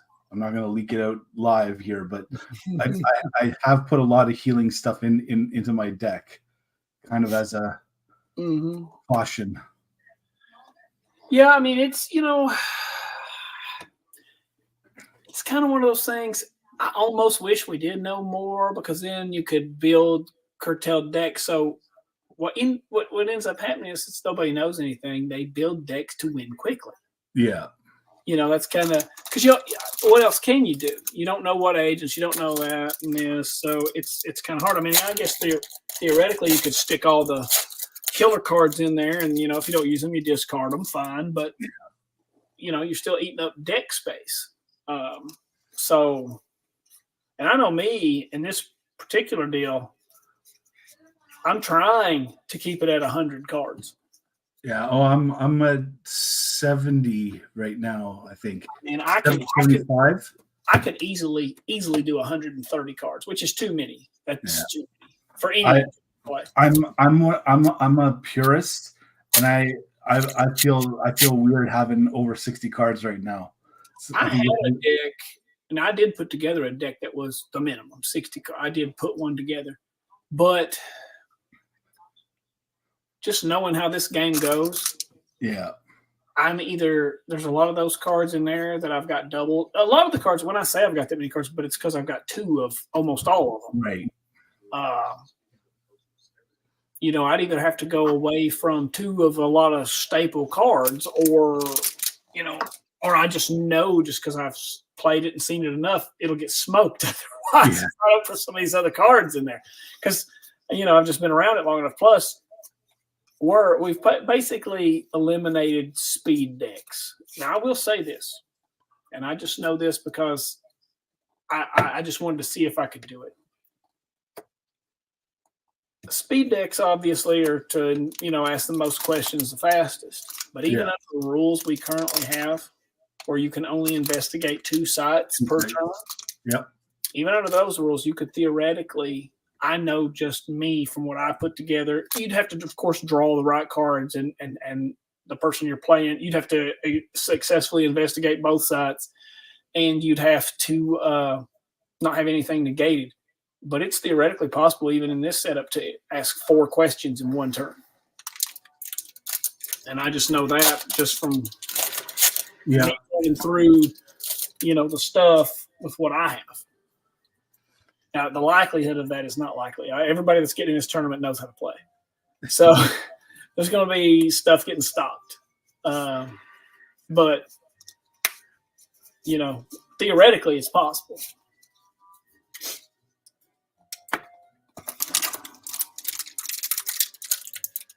Okay, any thoughts on what we think the next ultra rare might be, assuming I get any more? Assuming we get one, I'm putting it out there. This is the Deep Throat box. The what box? This is the Deep Throat box. The Deep Throat box. Okay, all right. This is the Deep Throat box. Okay. This is the Deep Throat box. So we're looking for a Deep Throat. This should be the ultimate informant box. Deep Throat and X. Oh, wouldn't that be nice? Yeah, Deep Throat and X coming through this one, baby. All right.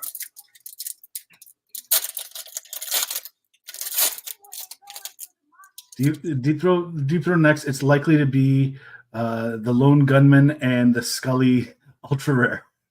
Oh yeah, the abduction one. The Scully abducted, or Agent Scully abducted. Yeah.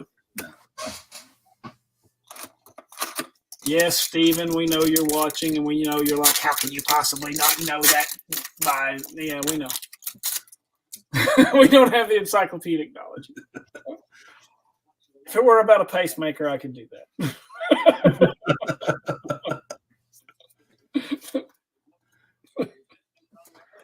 If it were about Marvel comic books, I could probably do it. Or maybe not so much anymore, but back when I had my main channel, I had a 4-week Flashers on Comics, and I was doing weekly videos on my pickups and whatnot, and I would talk with guys all the time, and all we would do is just talk comics. What's the first appearance of this guy? What's special about this book? You know what a book that it's over. Oh my god, yeah. I think like in the 90s and early 2000s, comics were insane cool. Yeah. I mean, okay, so for one, were the days of Wizard. Yeah. Which was great. Wizard magazine was Wizard was a book that I got religiously. Oh yeah, I had a subscription, and I had every number half they ever produced, but I didn't get them secondhand. I ordered them from Wizard. Wow. Mm-hmm. Yeah, I set off for them. Every time they came out with a book, they had halves and zeros, but they were mostly number half. Yeah, I had them all. I loved them. I loved them because they were the internet for the time. Yes. You go out there and they would ask the stupid questions like, if you were going to cast the X-Men movie, who would you cast? Yeah. I still love it. I remember. You remember they used to have a thing called Mort of the Month? Yes. It was the lamest character. Yeah. And I remember one time it was Baron von Zemo. And then when the X-Men moved, or not the X-Men, then when they did the Marvel Universe did Civil War, and it's like, whoever did this had to know this. They had to know this. This is like the ultimate irony. Well, you know what the crazy thing is I was a Cap reader, so I loved Baron Zemo. And so it was just one of those things, like as a villain for Cap, him and the Red Skull were just like, and I was like, no, he'd never be. Well, Red Skull was done perfectly in the movies. He was done exactly how he should have been done. But then, Zemo, I mean, yeah, he was a Cap villain, but he was a lame Cap villain. He was kind of like, all the superheroes have those, the lame ones that feel the story between the stories. But then for them to make him a spectacularly big deal in the movies, I loved it. I thought that is the greatest thing ever. That is great. And of course, I like the way I don't know how I really feel about that latest Batman movie. I haven't seen it yet. Oh, really? Yeah, I know. I'm so behind on superhero movies, and I was like, I want to see it. Okay, it's on. You got Netflix, right? Yeah. Okay, it's on it. Yeah, I will eventually it's not watch going to it. be on much longer on Netflix. You know what it was? My kids, they went to the movies and saw it without me because they're at the age now where they're starting to go to the movies on their own. And my wife doesn't care for those movies at all, so I never got to see it. Then just it's good, and the thing that's bizarre, well, it's really different about that Batman movie. Like, there's no crazy technology. Yeah. In theory, you could probably really have it. It could really happen, which I think a lot of people really liked, because it wasn't like, I'm so rich that I've developed technology nobody has or anything like that. No, it's not that way. I mean, the most advanced thing he uses is a grappling hook. Yeah. Beyond that, it's like guns and armor, and that's it. It's not like he doesn't his Batmobile is like a modified 1971 Dodge Charger. Yeah. And the rest of the time he's on a motorcycle, or just a normal motorcycle. So it's definitely a lot different. I want a Batman movie where it's Batman and Robin, but I want Robin to be a boy, like legit boy wonder. Not this. Oh, I'm a 30-year-old playing a teenager. I want it to be a boy. Yeah. I think that would be the greatest Batman movie. All right. Ever since, I think the thing that really did it for Robin, ironically, was the Killing Joke. I think if you were to have a 12-year-old or a 15, beat to death, get beat to death, yeah. Especially at the time period, that won't fly.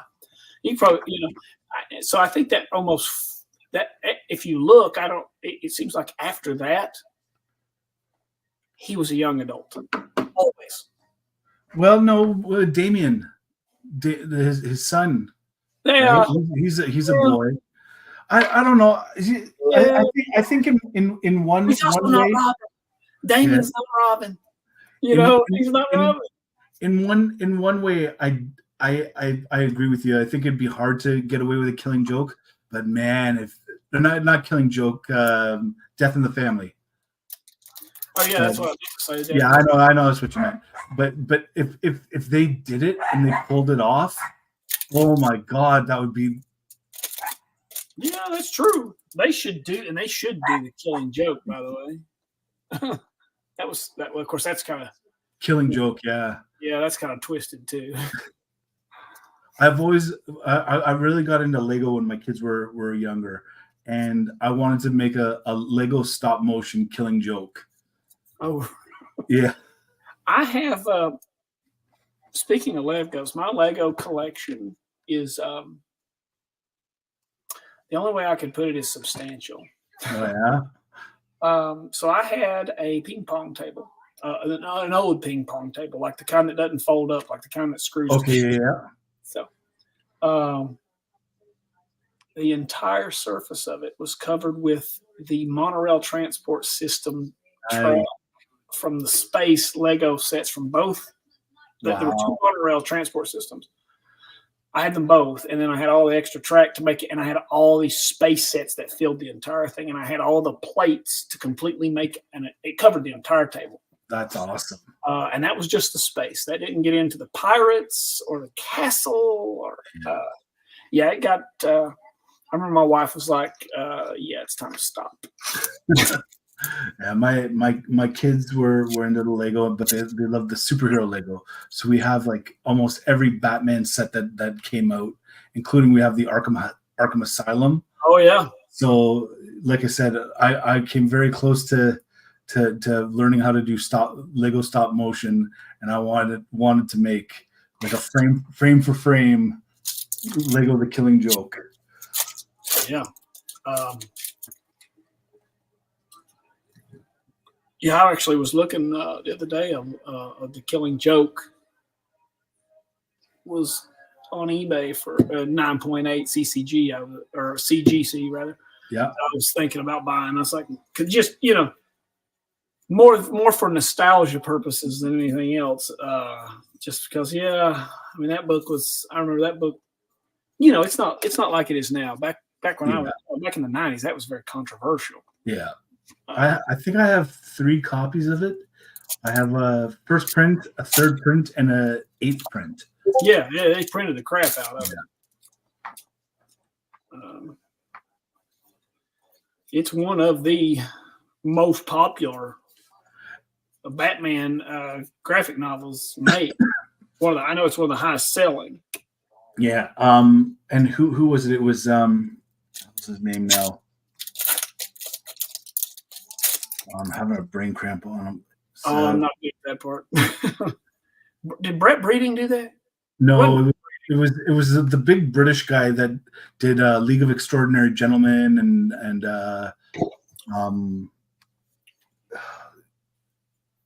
what else did he do? I'm trying to. I don't want to cheat and use the internet, but I think I'm gonna. You're gonna have to because I don't know it. You go right ahead. That's one good thing. Alan Moore. Alan Moore. So Alan Moore, he said he wrote it. He wrote it because he just wanted to make a joke. He didn't actually like the story, and it's like one of the greatest Batman stories of all time. That's kind of funny. Yeah, Alan Moore. The joke at the end is kind of lame, but yeah. Well, and so I saw an interview with Grant Morrison, and I think it was Grant Morrison. Grant Morrison is a Scottish dude, right? Anyways, it was he believes that at the end of The Killing Joke, Batman breaks the Joker's neck because the laughing comes to a stop, right? It's laughing, ha ha ha, and then it stops, and he says, at that point, Batman has killed the Joker. We know that's not true. He's saying that to make a stir. He is. It's an interesting theory, but like with the Joker, is it the Joker, or is it is the Joker a person, or is the Joker an idea? That's it. There was a run of books that came out that there was 3 Jokers. We're halfway there. Oh, there he is. X. There's X. Oh, right. This is our informant box, baby. There we go. Halfway there. Now we just need the deep throat. Alan Moore is an undisputed titan of the industry. The Watchmen, Swamp Thing. Yeah, you know what? He is, and he's also the most curmudgeonly comic. Apparently he hates comics after he writes them. He's not a fan of the Watchmen. I think he is someone. I don't know that. I mean, I know he comes across that way, but I think he's more of. He overanalyzes the work so much that he nitpicks it to death. I mean, you know how it is. You nitpick anything enough, you'll find something wrong. Yeah. Well, and I think he especially doesn't care for the movie versions. Absolutely, yes, he does not. Yeah. And he doesn't. I don't think he likes it's like everything else, and he knows this, and that's what drives him crazy. They take the original that was so good, and made a big hit, and then it gets overly commercialized to exploit it for the money. Right. And I think that really bothers him. and because it leads to rushed stuff that's just trying to get something out there to make money on. Yeah. And of course, as we know, Star Wars is the ultimate example of that, and they all but ruined it just so they could pump as much stuff out there as they could. Well, you know, yes and no. With Star Wars, and I'm a minority in this camp. The prequels, I think, are rather misunderstood. I think he didn't do the prequels to make money. He basically got a taste of what you can do with the CGC, not CGC, CGI. And like computers and stuff, and he wanted to push whatever he could, and that's why everything was filmed on green screen. He just wanted to push the limits of the medium. I don't dislike the CGI in the Star Wars movies, in the prequels. I don't dislike it at all, and I love the pushing what the Jedi could do with their abilities and the really good fights. The thing that drives me crazy is you've got these spectacularly awesome choreographed lightsaber battles that end terribly. Yeah, it's like you made it so awesome to the point you don't know what to do. I think he just didn't give it. He didn't care about advancing the story at all. He had no interest in it. He was doing it to see what he could do with the medium. Well, you were right. Get out. Lone Gunman, you were right. There it is. Yeah, there you go. All right, there's the Lone Gunman. If I can get it to, everything's kind of fuzzy for some reason, but there we go. So there's that one. Very good. We might get lucky though. Maybe this box will turn 3, since we're due a few extras. I'm stacking these cards up over here to my right in the box. Yep. In a stackage box. I may go back through these and see if I just missed this card. You know, these ultra rares. It seems odd that I'd missed 2 in a box. It does seem odd. The Watchmen film is a masterpiece, but I get ill feelings about omitting the giant squid at the end. Yep. And to be specific, the extended version of Watchmen, not the theatrical release. Okay, that's better. Thank you, Stephen. I was worried about you there for a minute. The extended version, yes. The theatrical release, I'll tell you what, and too, now, to get to the Star Wars stuff, I love Rogue Squadron. Or Rogue One, rather. Rogue One. Rogue One, yeah. That was great. I loved it. I thought that was amazing. And obviously, that's not the episode 1, 2, 3 prequels. It's not. Yeah. But no, it was really well done, and it was done with, with the care that it kind of deserved. Mm-hmm. I think a lot of the Disney Plus movies that are the series that they had, I didn't mind them, and I kind of went into them saying, for me it's all about the nostalgia. Okay, I liked. I thought The Mandalorian was good. Yeah, it was great. I didn't think it was bad. It was just good. Ahsoka was also. I think Ahsoka was actually a little better than The Mandalorian. When it comes to Clone Wars, I'm kind of like, guys, it's time to stop dragging it out. We get it. You've done this to beat it to death, to exploit it for everything it's worth. We got it. Let's go. Stop. We got it. Stop. There hasn't been a good Star Wars film since Rogue One. Well, okay. Which one came out? Did Rogue One come out first, or The Force Awakens? Which one came out? Rogue One came out before Force Awakens. Okay. Yeah. I liked Force Awakens. I didn't mind it. Were there things that could have been better? Absolutely. Yeah. But I liked it. I don't think it's as good as Rogue One. I think the original 3 and then Rogue One. I think Rogue One is the 4th best Star Wars film ever made. Because, good luck beating the original 3. Good luck. Was it The Force Awakens came out first, then Rogue One? I don't know. I don't remember the order. I only say that because Steven said the best thing since Rogue One. I didn't know how he felt about Force Awakens. I thought the Force Awakens was a good movie. I hated the second one. The second one is an abomination. It's so like everything about it. The story was terrible. Like I didn't have a problem with that. Everyone was like, "Oh, that Rose Tico or whatever." Yeah, she was annoying. Whatever. I didn't have a. I don't care about that. But so far, they killed Luke Skywalker stupidly. Exactly. So far in the entire history of Star Wars, we've never had to worry about gas. Yeah.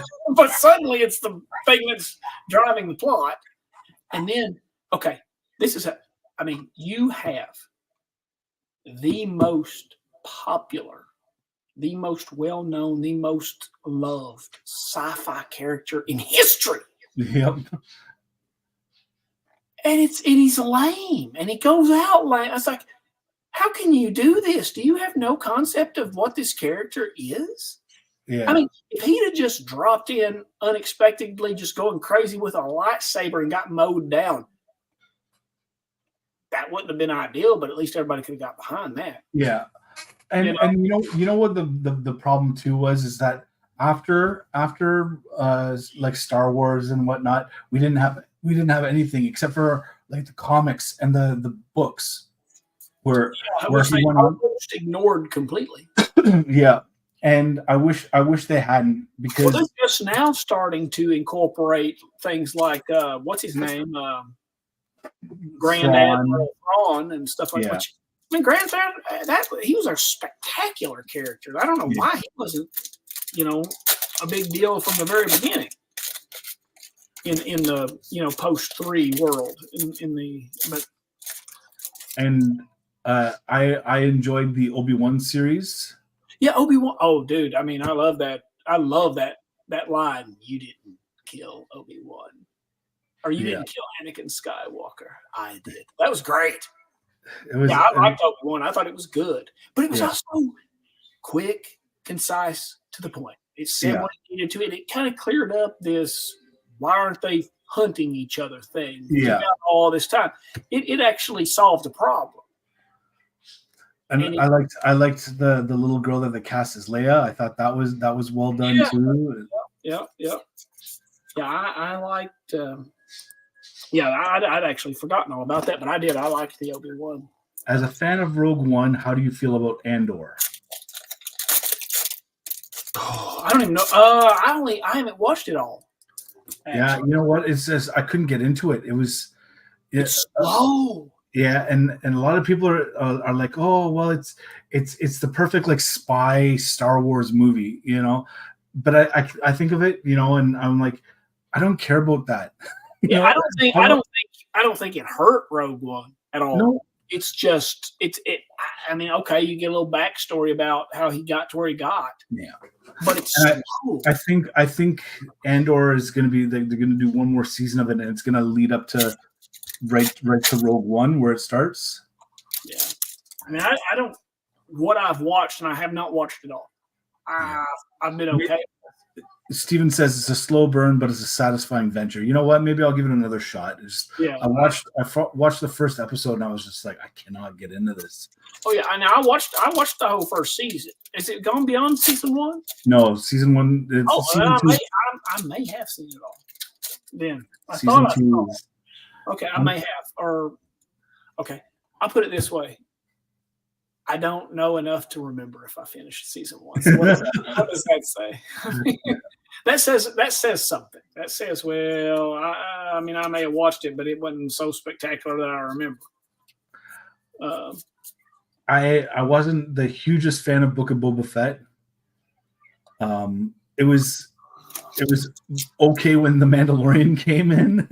Yeah, I liked the Mandalorian.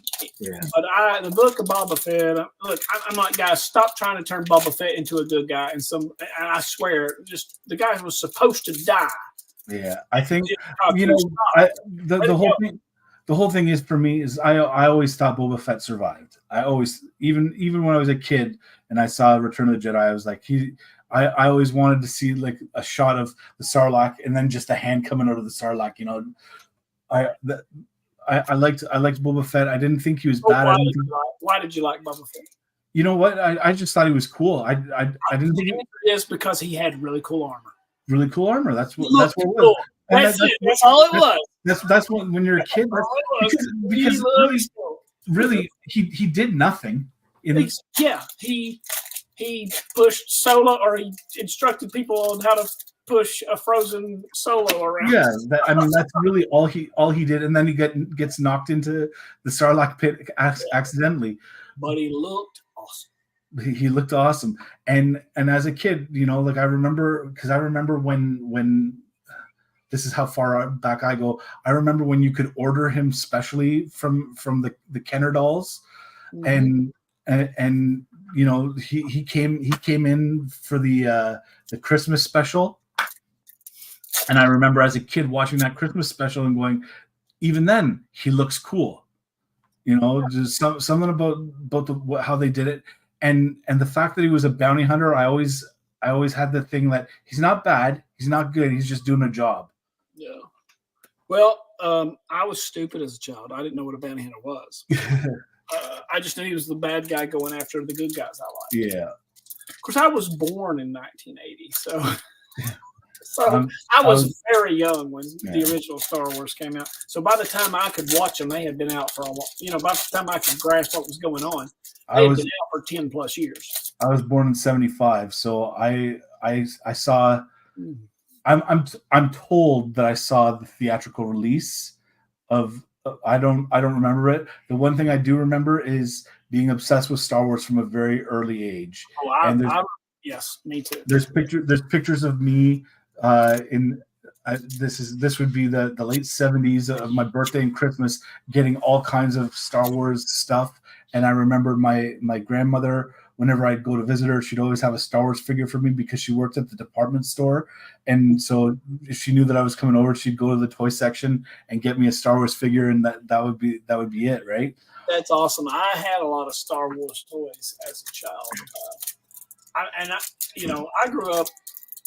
I grew up in Southeast. What I have, I don't know if you could see.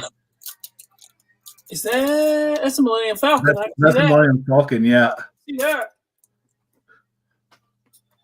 I grew up in the U.S. guys may know this better. I grew up in Appalachia in southeastern Kentucky, which is one of the poorest places in the whole country. Yeah.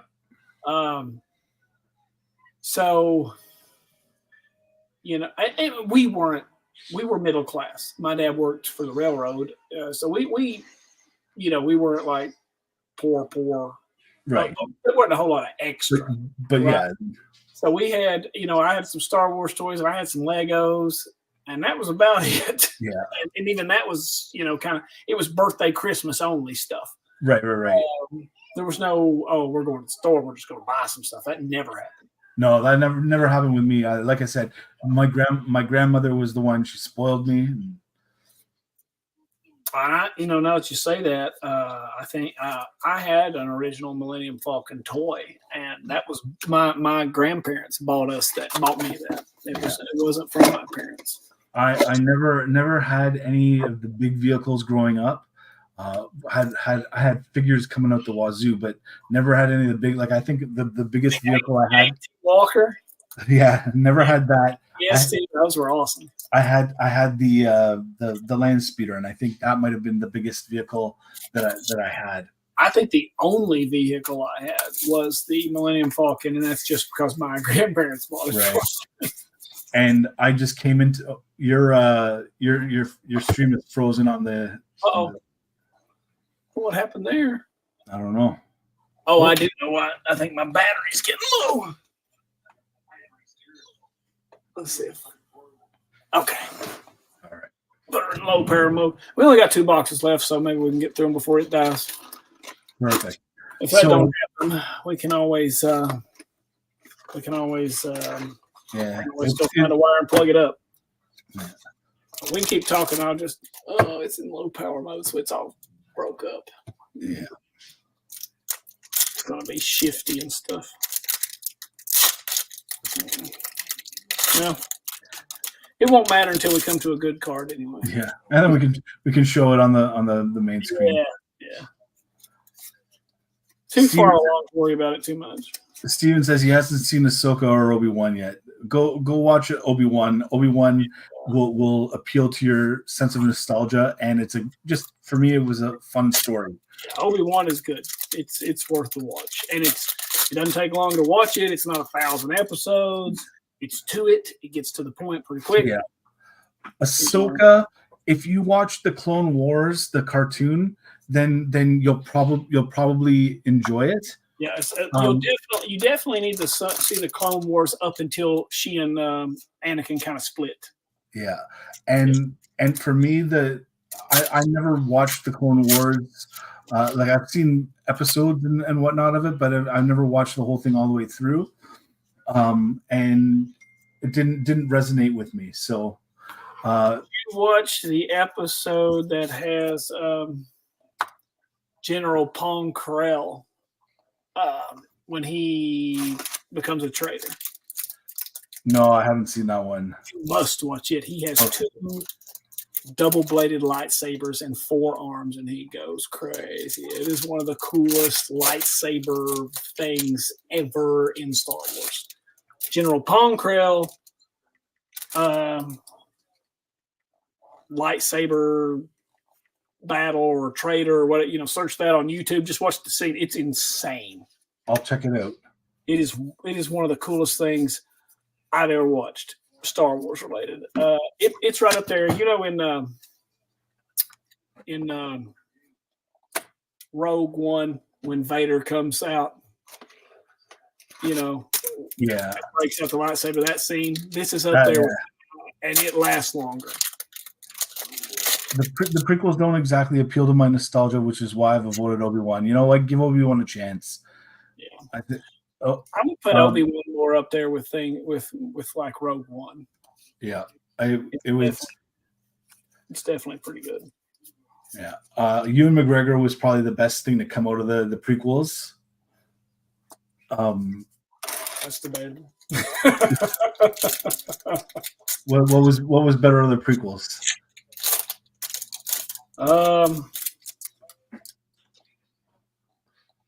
It's a plus and a minus. Darth Maul was the coolest thing, and if they'd have left him dead, that'd have been great. Here's my question: Why'd you like Darth Maul? Because he looked cool. No, not because he looked cool. I didn't care what he looked like. I liked his lightsaber. He changed the lightsaber battle to this sophisticated, crazy martial arts lightsaber battle. Before that, it was kind of guys just just you and me meeting and swapping, sort of not having any tactic or anything. We're just swinging. I like that. I think that the lightsaber battles up until then had been more like samurai duels almost. The way that they'd come them, and he advanced lightsaber fighting, and then. Likewise, I think that in Ahsoka, the guy, I forget what his name was, the Dark Jedi. I don't remember his name either. Yeah, he fought more with like a knight, like a kind of style. Did he have a dark saber? No, he just had a red saber. Okay.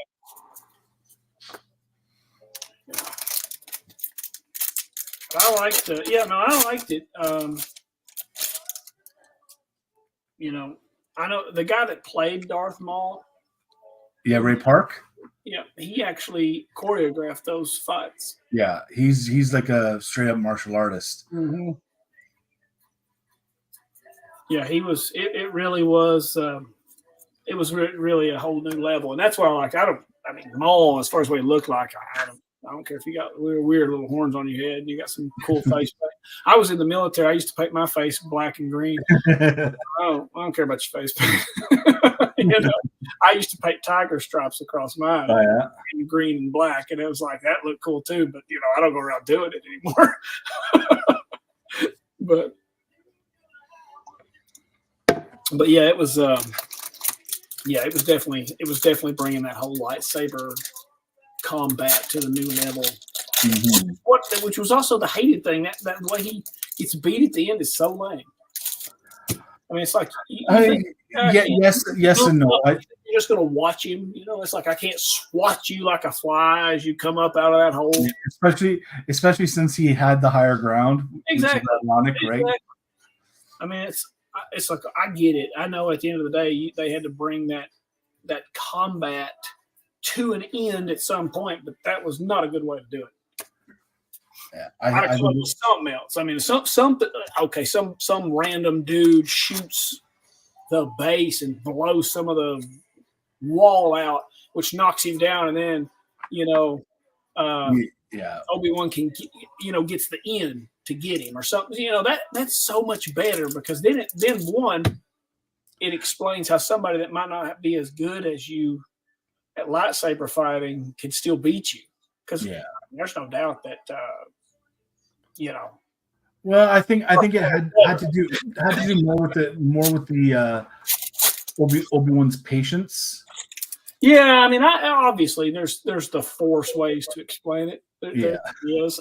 That's and you see that he's like meditating, or especially with what's his name, Qui-Gon, he's like meditating when the exhaust thing closes and all that, and that's fine. Which I thought was so badass when he did that. he's got this predator shark going back and forth, looking at him, and he's just like, I'm just gonna chill out, be one with the Force, and yeah. But Obi-Wan didn't do that either. He was more like Maul. Yeah. He just wanted in. Yeah. So yeah, I mean, and of course, like I say, you can nitpick any movie to death. Absolutely. That's easy. But sometimes it's like, you really thought that was a cool way to end that fight? You didn't think that was lame? Because I'm pretty sure. Again, I don't think he gave a rat's ass about the story. I think he cared about making things look cool. So I think that's true too. I mean, I think there's a lot of that, but you've also got to look at too. It was what was it? LucasArts, Industrial Light and Magic, all that. I mean, you're looking at the company that essentially invented special effects. Yeah. More when it comes to that. So it's not like it was. I don't know that it was necessarily new to them. They might have pushed the envelope. I have no doubt, because when you think about computer technology at that time, you're running at the first generation Pentiums and 486s even. Because that's what I had at that time in the 90s. Maybe of course they would have had the most expensive stuff, so it might have been a Pentium 2 or something like that, running at 300 megahertz or something with a single core. I mean, I get it. They were probably really pushing the envelope. But him pushing the envelope wasn't new to him. That's what he'd always done. I mean, you look at Star Wars from 1979, 78, it still works today. Yeah. Again, I truly believe, like from the interviews that I've seen and whatnot, that it was just him. It was a new toy to him, and he wanted to play with it. And because for the longest time he had said, I'm not gonna make any more Star Wars after the first 3. So it wasn't because he needed the money, because no, he was a billionaire essentially. I think it was just because of the technology. Just like, what can I do? What can I do to this with this technology? What did they selling Star Wars to Disney for? Something like $2 billion. Yeah, it was crazy. And I think even before then, like with all the toys and whatnot, he still must have had billions. I actually think at the time of the sale, he was worth something like $600 or $800 million. He was close. Yeah. And then of course he sells Star Wars to Disney, and really, I mean, at that point, money doesn't. It's like it almost doesn't. It doesn't matter. Numbers don't matter anymore because it's so much. It doesn't matter. It's a problem I'll never have. Ain't that for sure? Yeah, it's a problem I'll never have.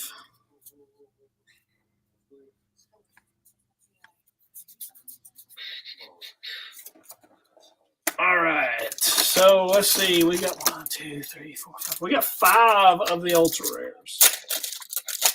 That's Skinner chooses a side, ultra rare Skinner, ultra rare Krychek, X, and a lone gunman. Mm-hmm. And we should have more than that, but whatever. Yeah, kind of got Yes, PCS, whatever.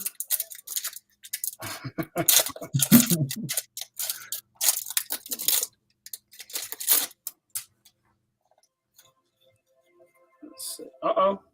There we go.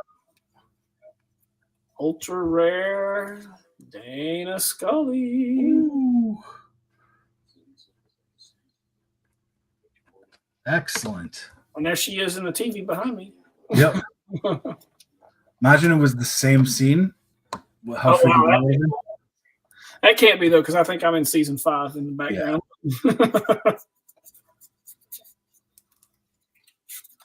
But yeah, that would be cool.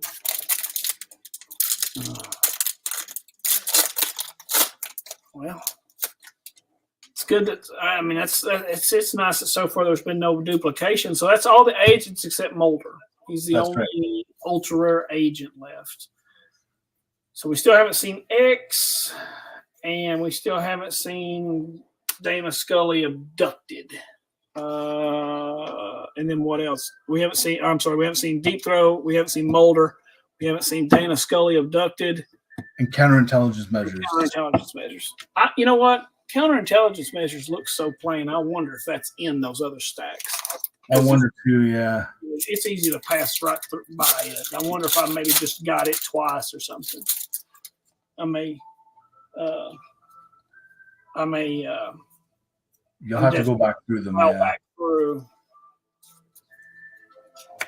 because it's not hard for me to get sidetracked. You're getting quite the stacks there.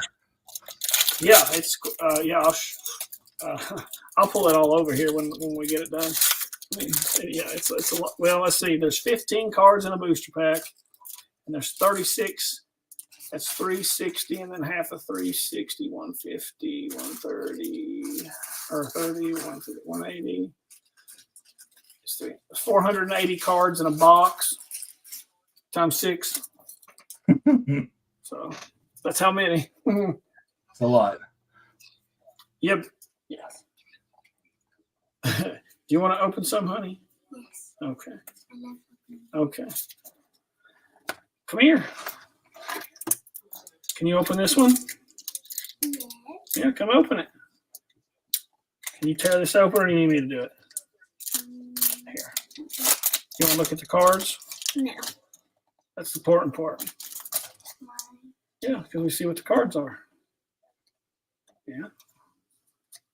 There we go. Well, I haven't seen that one yet. Uh-oh. Savvy, you pulled an ultra rare. Oh. There it is. The counterintelligence measures? Intelligence measures. Yep, there it is. Good stuff. Good luck. Yeah. That's the way to do it. I may have you open the rest of them. We're going to pull ultra rares. Yeah. That's he's one of the X-Files. Let's try to guess. Yeah. So that's 2 in that box, and then we're 2 in the last box. Let's see, 2 in this box, 2 in that, and 2 in that one, and 1 in that one. So yeah, I mean, it makes it. Yeah, I mean, it's making me wonder if maybe I just missed it, overlooked it. Yeah. But it seems odd that I'd overlook 2. I could see me missing 1. Well, technically 3, right? Because there was only one. Exactly. But I could see me missing 1 in the box. Yeah. Both of them in one box? That seems odd. Here, won't you throw it away for me? Yeah, that seems strange that I'd miss that. Yeah.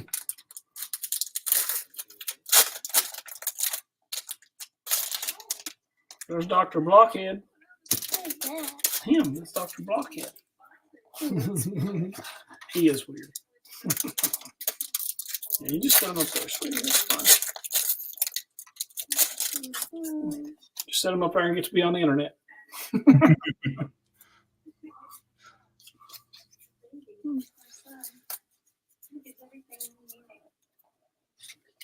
Let's see. All right. I'll make you some more room.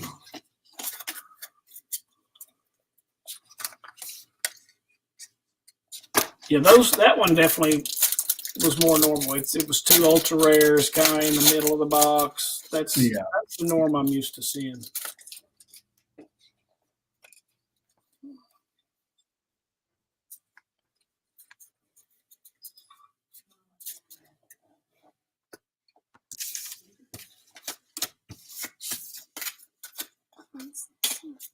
Thank you, dear. Do me a favor and put the trash in the box. There's too much in the box. It'll crush down because it's just empty packs. Oh, thinker. Yeah, improved channels. I really like that card. It's not expensive to play. Let you keep 10 cards. It stays that way until it's negated. So, and to be honest, I don't know that too many people are going to try to, really make a big effort to negate it. Yeah. Yeah, I'm gonna flicky it. Yeah, exactly. You're going to burn one of those cards to get rid of something like that. There's the sign of the X-Files and Alien Experimentation and improved channels. That's pretty good. Right off the bat.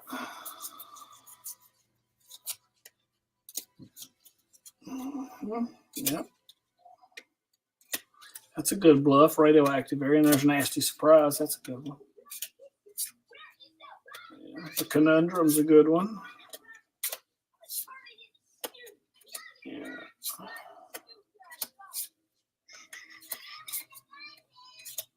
Did you finish your movie? Yeah, it was long. It was long.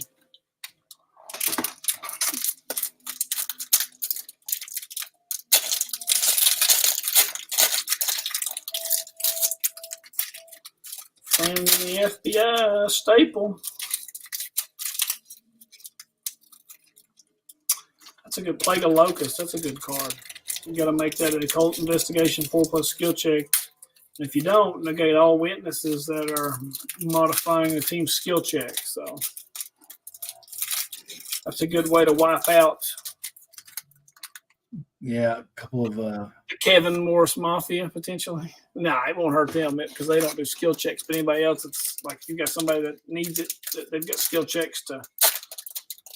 They need to investigate a site. That's a good way to knock that out. Yeah.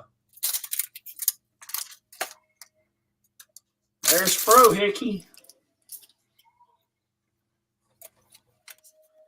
I still don't think we've seen a buyers. That's crazy, eh? Through the whole box, I don't remember seeing, or through the whole case rather. So far, I don't remember seeing a buyers.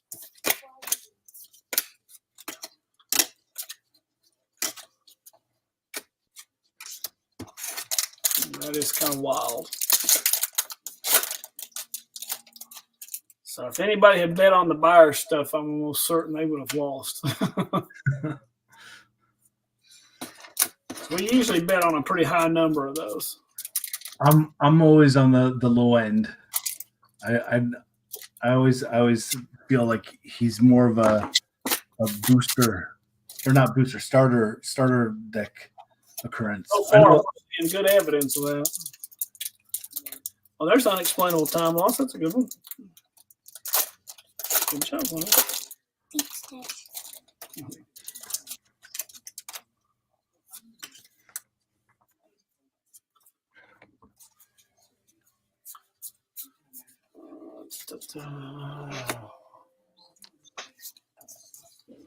Yeah. Ish Tribal Elder. That's a good card, too. The Last Jedi was pretty great. What? That's Nathan. What? Okay, I don't hear you, Nathan. I'm sorry. I know you're being sarcastic because that movie was almost unwatchable. Force Awakens was just okay. Last Jedi. That's the second of the new ones. No. That's the worst movie You ever know, made. you know what though? I feel like that's one of those movies that a lot of people either love or they hate. There's no. It was a good time. No one should love that movie. I don't care what is going on in their life. I don't care what They did Luke dirty in that movie. was bad.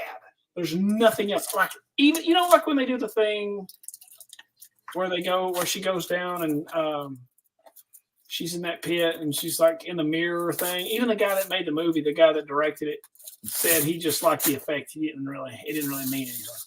He says, "Yep, I said it." Yeah, we don't believe you. No, honestly, Last Jedi was good except for Canto Bight. Nothing in that movie was good except that it ended. That movie was terrible. It made me want to fade away into oblivion while staring off a cliff watching it. It was terrible. There could be no worse movie. I mean, even the battle scene made no sense. Like the cool Star Wars or the cool lightsaber battle scene after what's his name dies. Yeah. He's dead. What are you fighting for?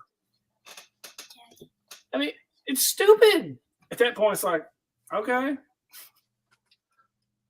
I'm just gonna let you see the cards. Okay, baby, you just stack them up right there for me. Thank you.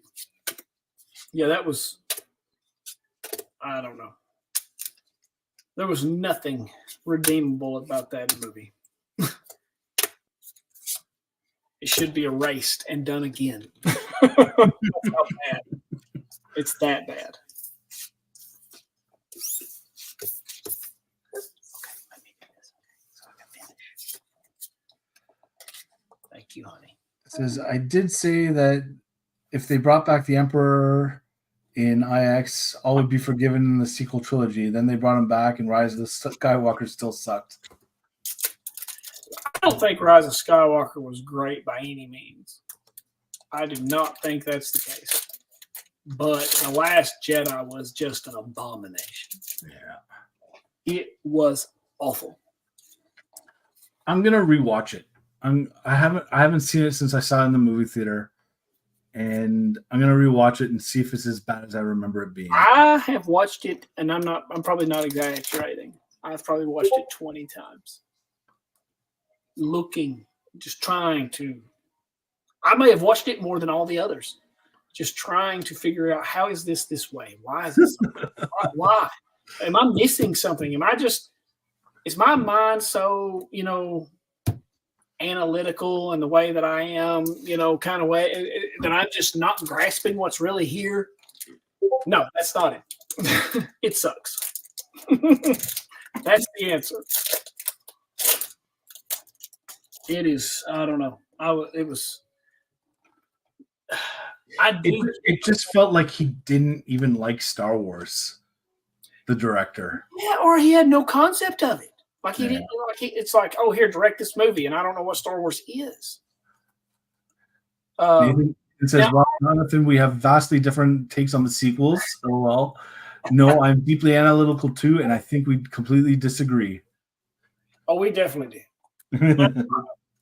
That's okay. You could definitely disagree. Oh man, that movie, it was such a letdown. And to be honest, now, I look at it from this perspective too. Anything that's going to be the end of Luke Skywalker is going to be extraordinarily hard to do. Because almost no matter what you do, it's going to be a disappointment. That I agree with. That part. How do you end the journey of probably the most popular sci-fi character in history? See, I don't know, because I thought the way they handled Han Solo's death was awesome. Yeah, I thought they did that. I think there could have been a right way if they wanted to kill off Luke Skywalker, which I don't think they should have, because now they've got no one to train them how to be a Jedi. Like is Jedi done now? Is it like? Well, and they really started to push that idea of Jedi as a religion, not necessarily a practice. Yeah, I don't think. I think in the original, like when you watch Star Wars in the '80s, you didn't think of that as a religion. No. No one did. Now it's more that way. I mean, they speak of it that way. I mean, even Luke calls it a religion.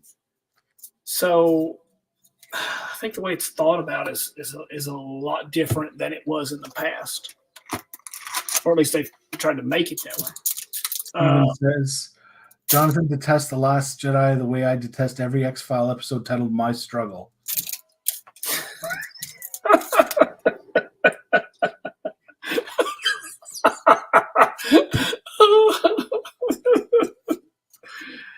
I thought his wait. What's the one, Stephen, where what is it? What's the X-Files episode where they have the four horsemen of the apocalypse? It's the zombies, and it's got Millennium. Yeah, I thought that was your favorite. Nathan says that was the perfect way to lose Luke and bring his own conflict with the dark side to a resolution from the original trilogy.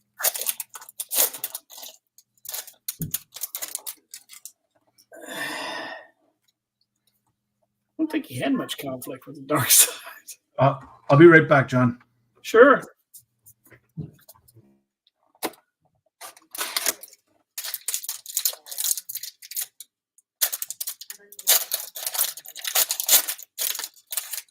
Maybe we'll have a new ultra rare by the time Mike returns.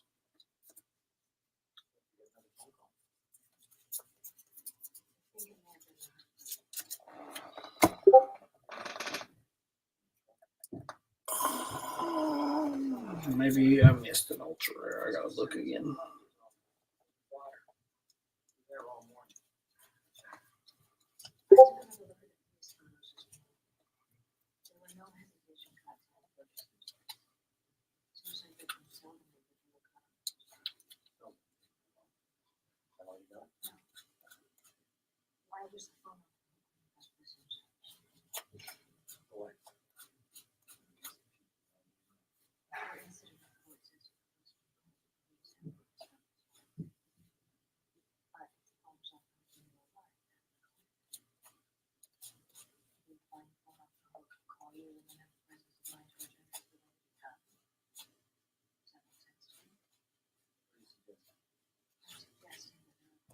Okay, I'm back.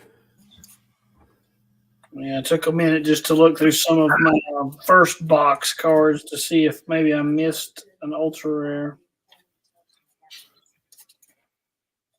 Have dinner in the pressure cooker, and now I'm releasing the steam. So Blow off valve. yeah,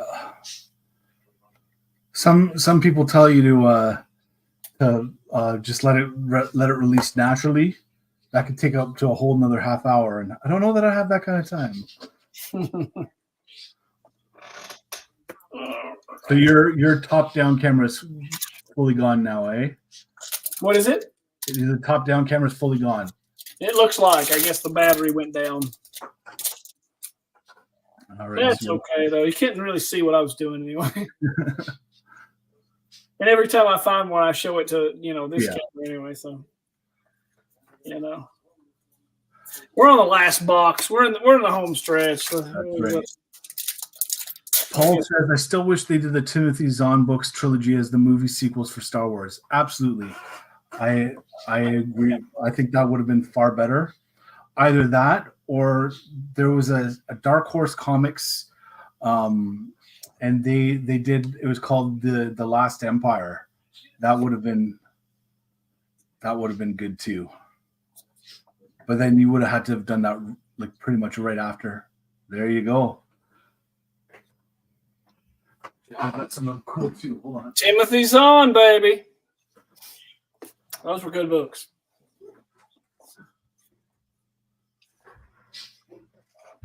I've got the rest of them too.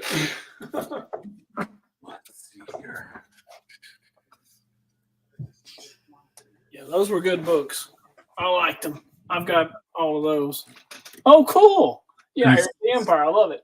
Signed by Timothy Zahn. That's cool. Yeah. And I've got these cool Bernie Sanders cards. Oh, cool. Friend of mine, I guess there was a trading card set from Topps for the Trump inauguration, and yeah, we were laughing, but I said that this Bernie Sanders like done up like a little Eskimo guy. I said I have to have one of those cards, so he ended up buying a thing of them, and he said he threw out the rest of the cards and just kept. I don't know. I mean, it doesn't really, you can be pro Trump, not Trump, whatever, but cards? I know. They make cards for everything. And I got some of the old Decipher. Oh, I remember they used to have Desert Storm cards. You remember those? Oh, yeah, Desert Storm cards, yeah. Yeah. Some of the prequel.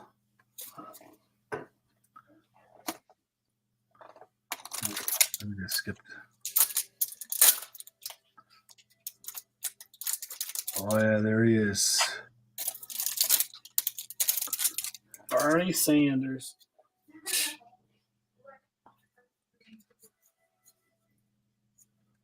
That's so funny.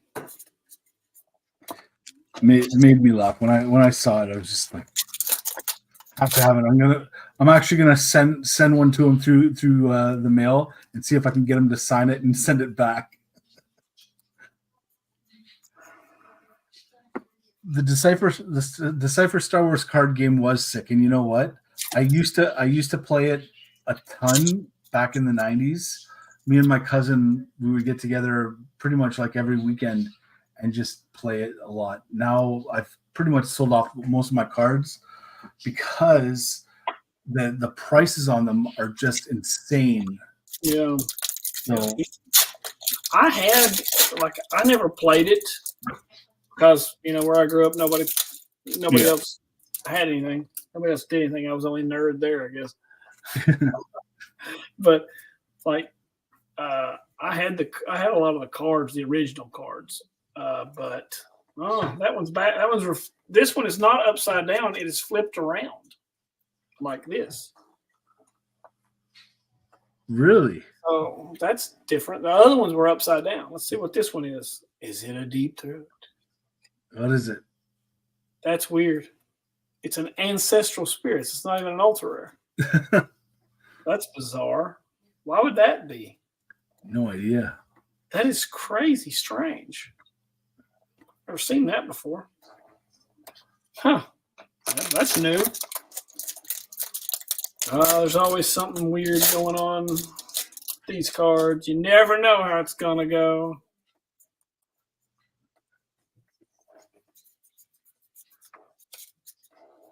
Probably a mistake. It's probably the ultra rare was supposed to be.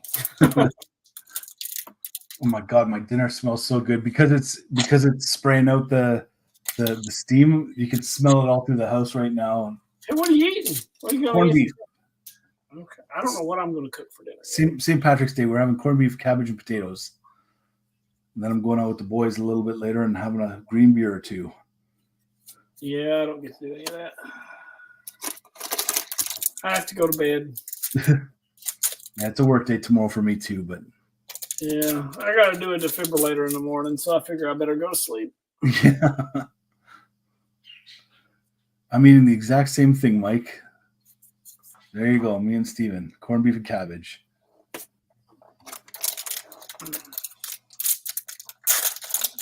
Now, are y'all eating that stuff because you actually like it or because it's traditional? Oh, I like corned beef. I like it a lot, actually.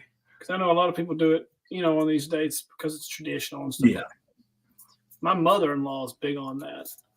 And, of course, my wife won't do it. My wife will not eat anything she doesn't. This pack I just pulled, this one, it's upside down in the box, but the rest of them are not. Okay. Let's see what it does. See if there's anything special about it. It's the best cured meat. Now, that's an interesting debate. Oh, wow. It did make a difference. It had an ultra rare in it. Oh, okay. What do we got here? Mulder. So now we're just missing the last one. That gives us all the agent ultra rares. Yeah. That's all the agents. That gives us all of them. So, the card we've been looking for, we have not found it.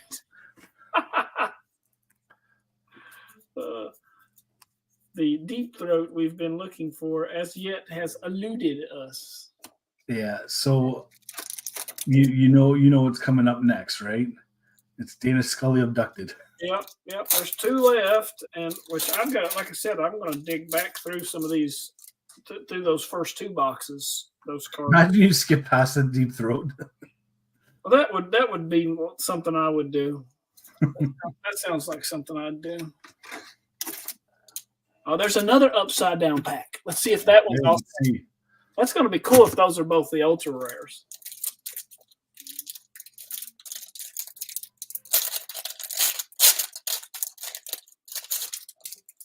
If that were the case, that would have been a really easy way to find them in boxes.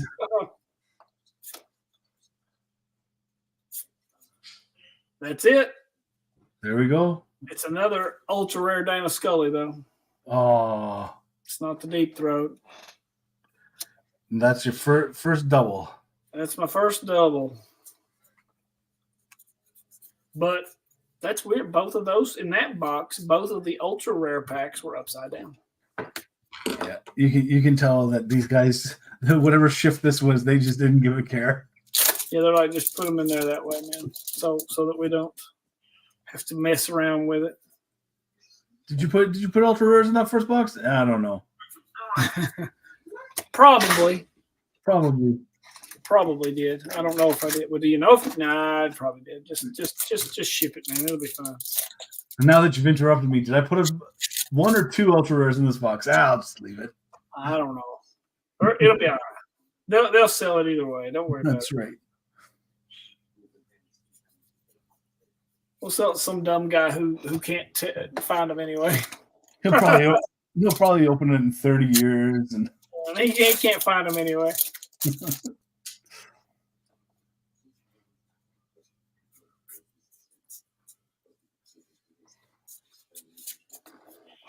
That's kind of crazy that I haven't found a. Usually, it's I usually find the agent. Just in the boxes I've opened, it's usually the agents they're usually the ultra rares I find the least of. Really? Mm-hmm. That's just my personal experience. I know Steven, I think he had said he had never found a deep throat in a box until we went to Final Fest. And he found one and one there. There you go. But I don't ever remember having a hard time pulling a deep throat. I think it seems like I've pulled several from boxes. So. Yeah, it feels to me like it was the ultra rarest of the ultra rares. The deep throat? Yeah. Yeah, it probably should be. I mean, it's a very, very, very, very powerful card. So, Paul, the ultra rare count is at 9. And it should be at 12. It should be at 12, but the first box was a skunk. The second box was half a skunk. Yeah. So ended up with a Skinner chooses a side, an ultra rare Skinner, ultra rare Krychek, X, Lone Gunman, 2 ultra rare Dana Scullys, a counterintelligence measures, and a Mulder.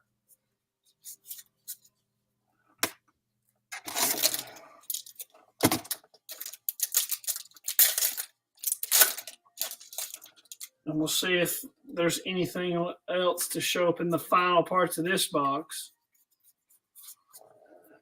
And then, of course, as I re-hunt through box 1 and 2, if I am able to turn inadvertently skimmed over something I missed. I mean, it's always possible those cards stuck together, that kind of thing, and you just zip through it so fast that you miss it. That's definitely a possibility.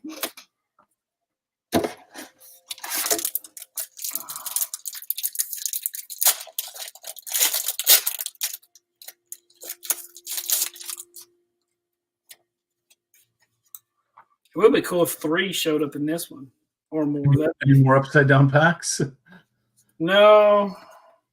That is cool though. In this one, in this last box, the packs that were upside down, as opposed to the rest of them, they were the ones that had the ultra rares. Yeah.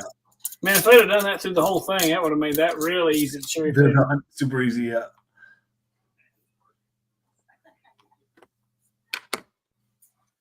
That'd be a good one to post though on the information stuff. You know, I know Mike and Matt, X-Files CCG, they had posted on there before this one where they're opening packs and how you could cherry pick the ultra rares. Well, that's the ultimate cherry picking of the ultra rares. That's right.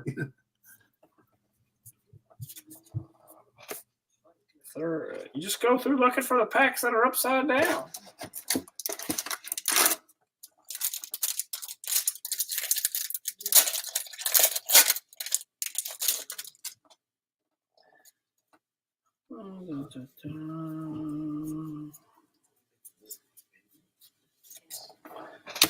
It's kind of crazy if you can open an entire case and not get a full set, though. Yeah. That seems kind of wild, which I'm sure the only thing's not, at this point, the only thing's probably not in here are those last two ultra rares. Yeah.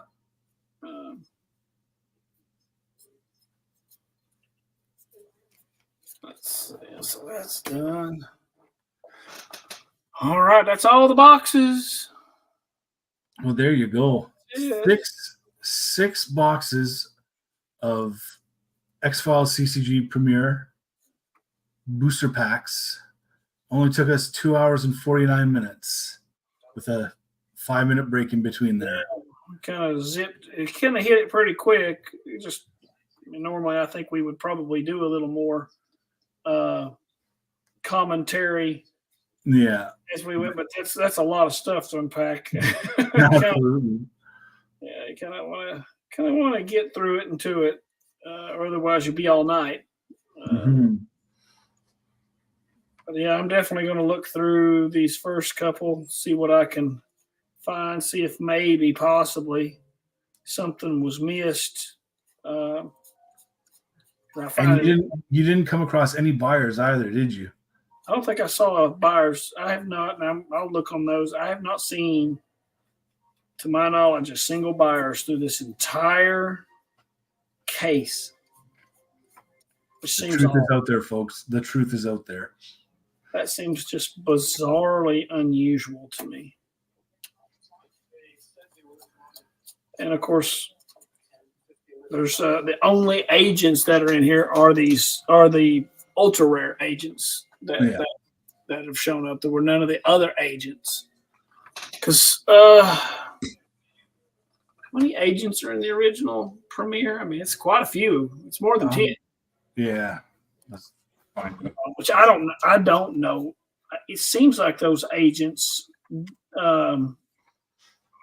could be picked up in boosters. 24 agents. Yeah, there's a lot.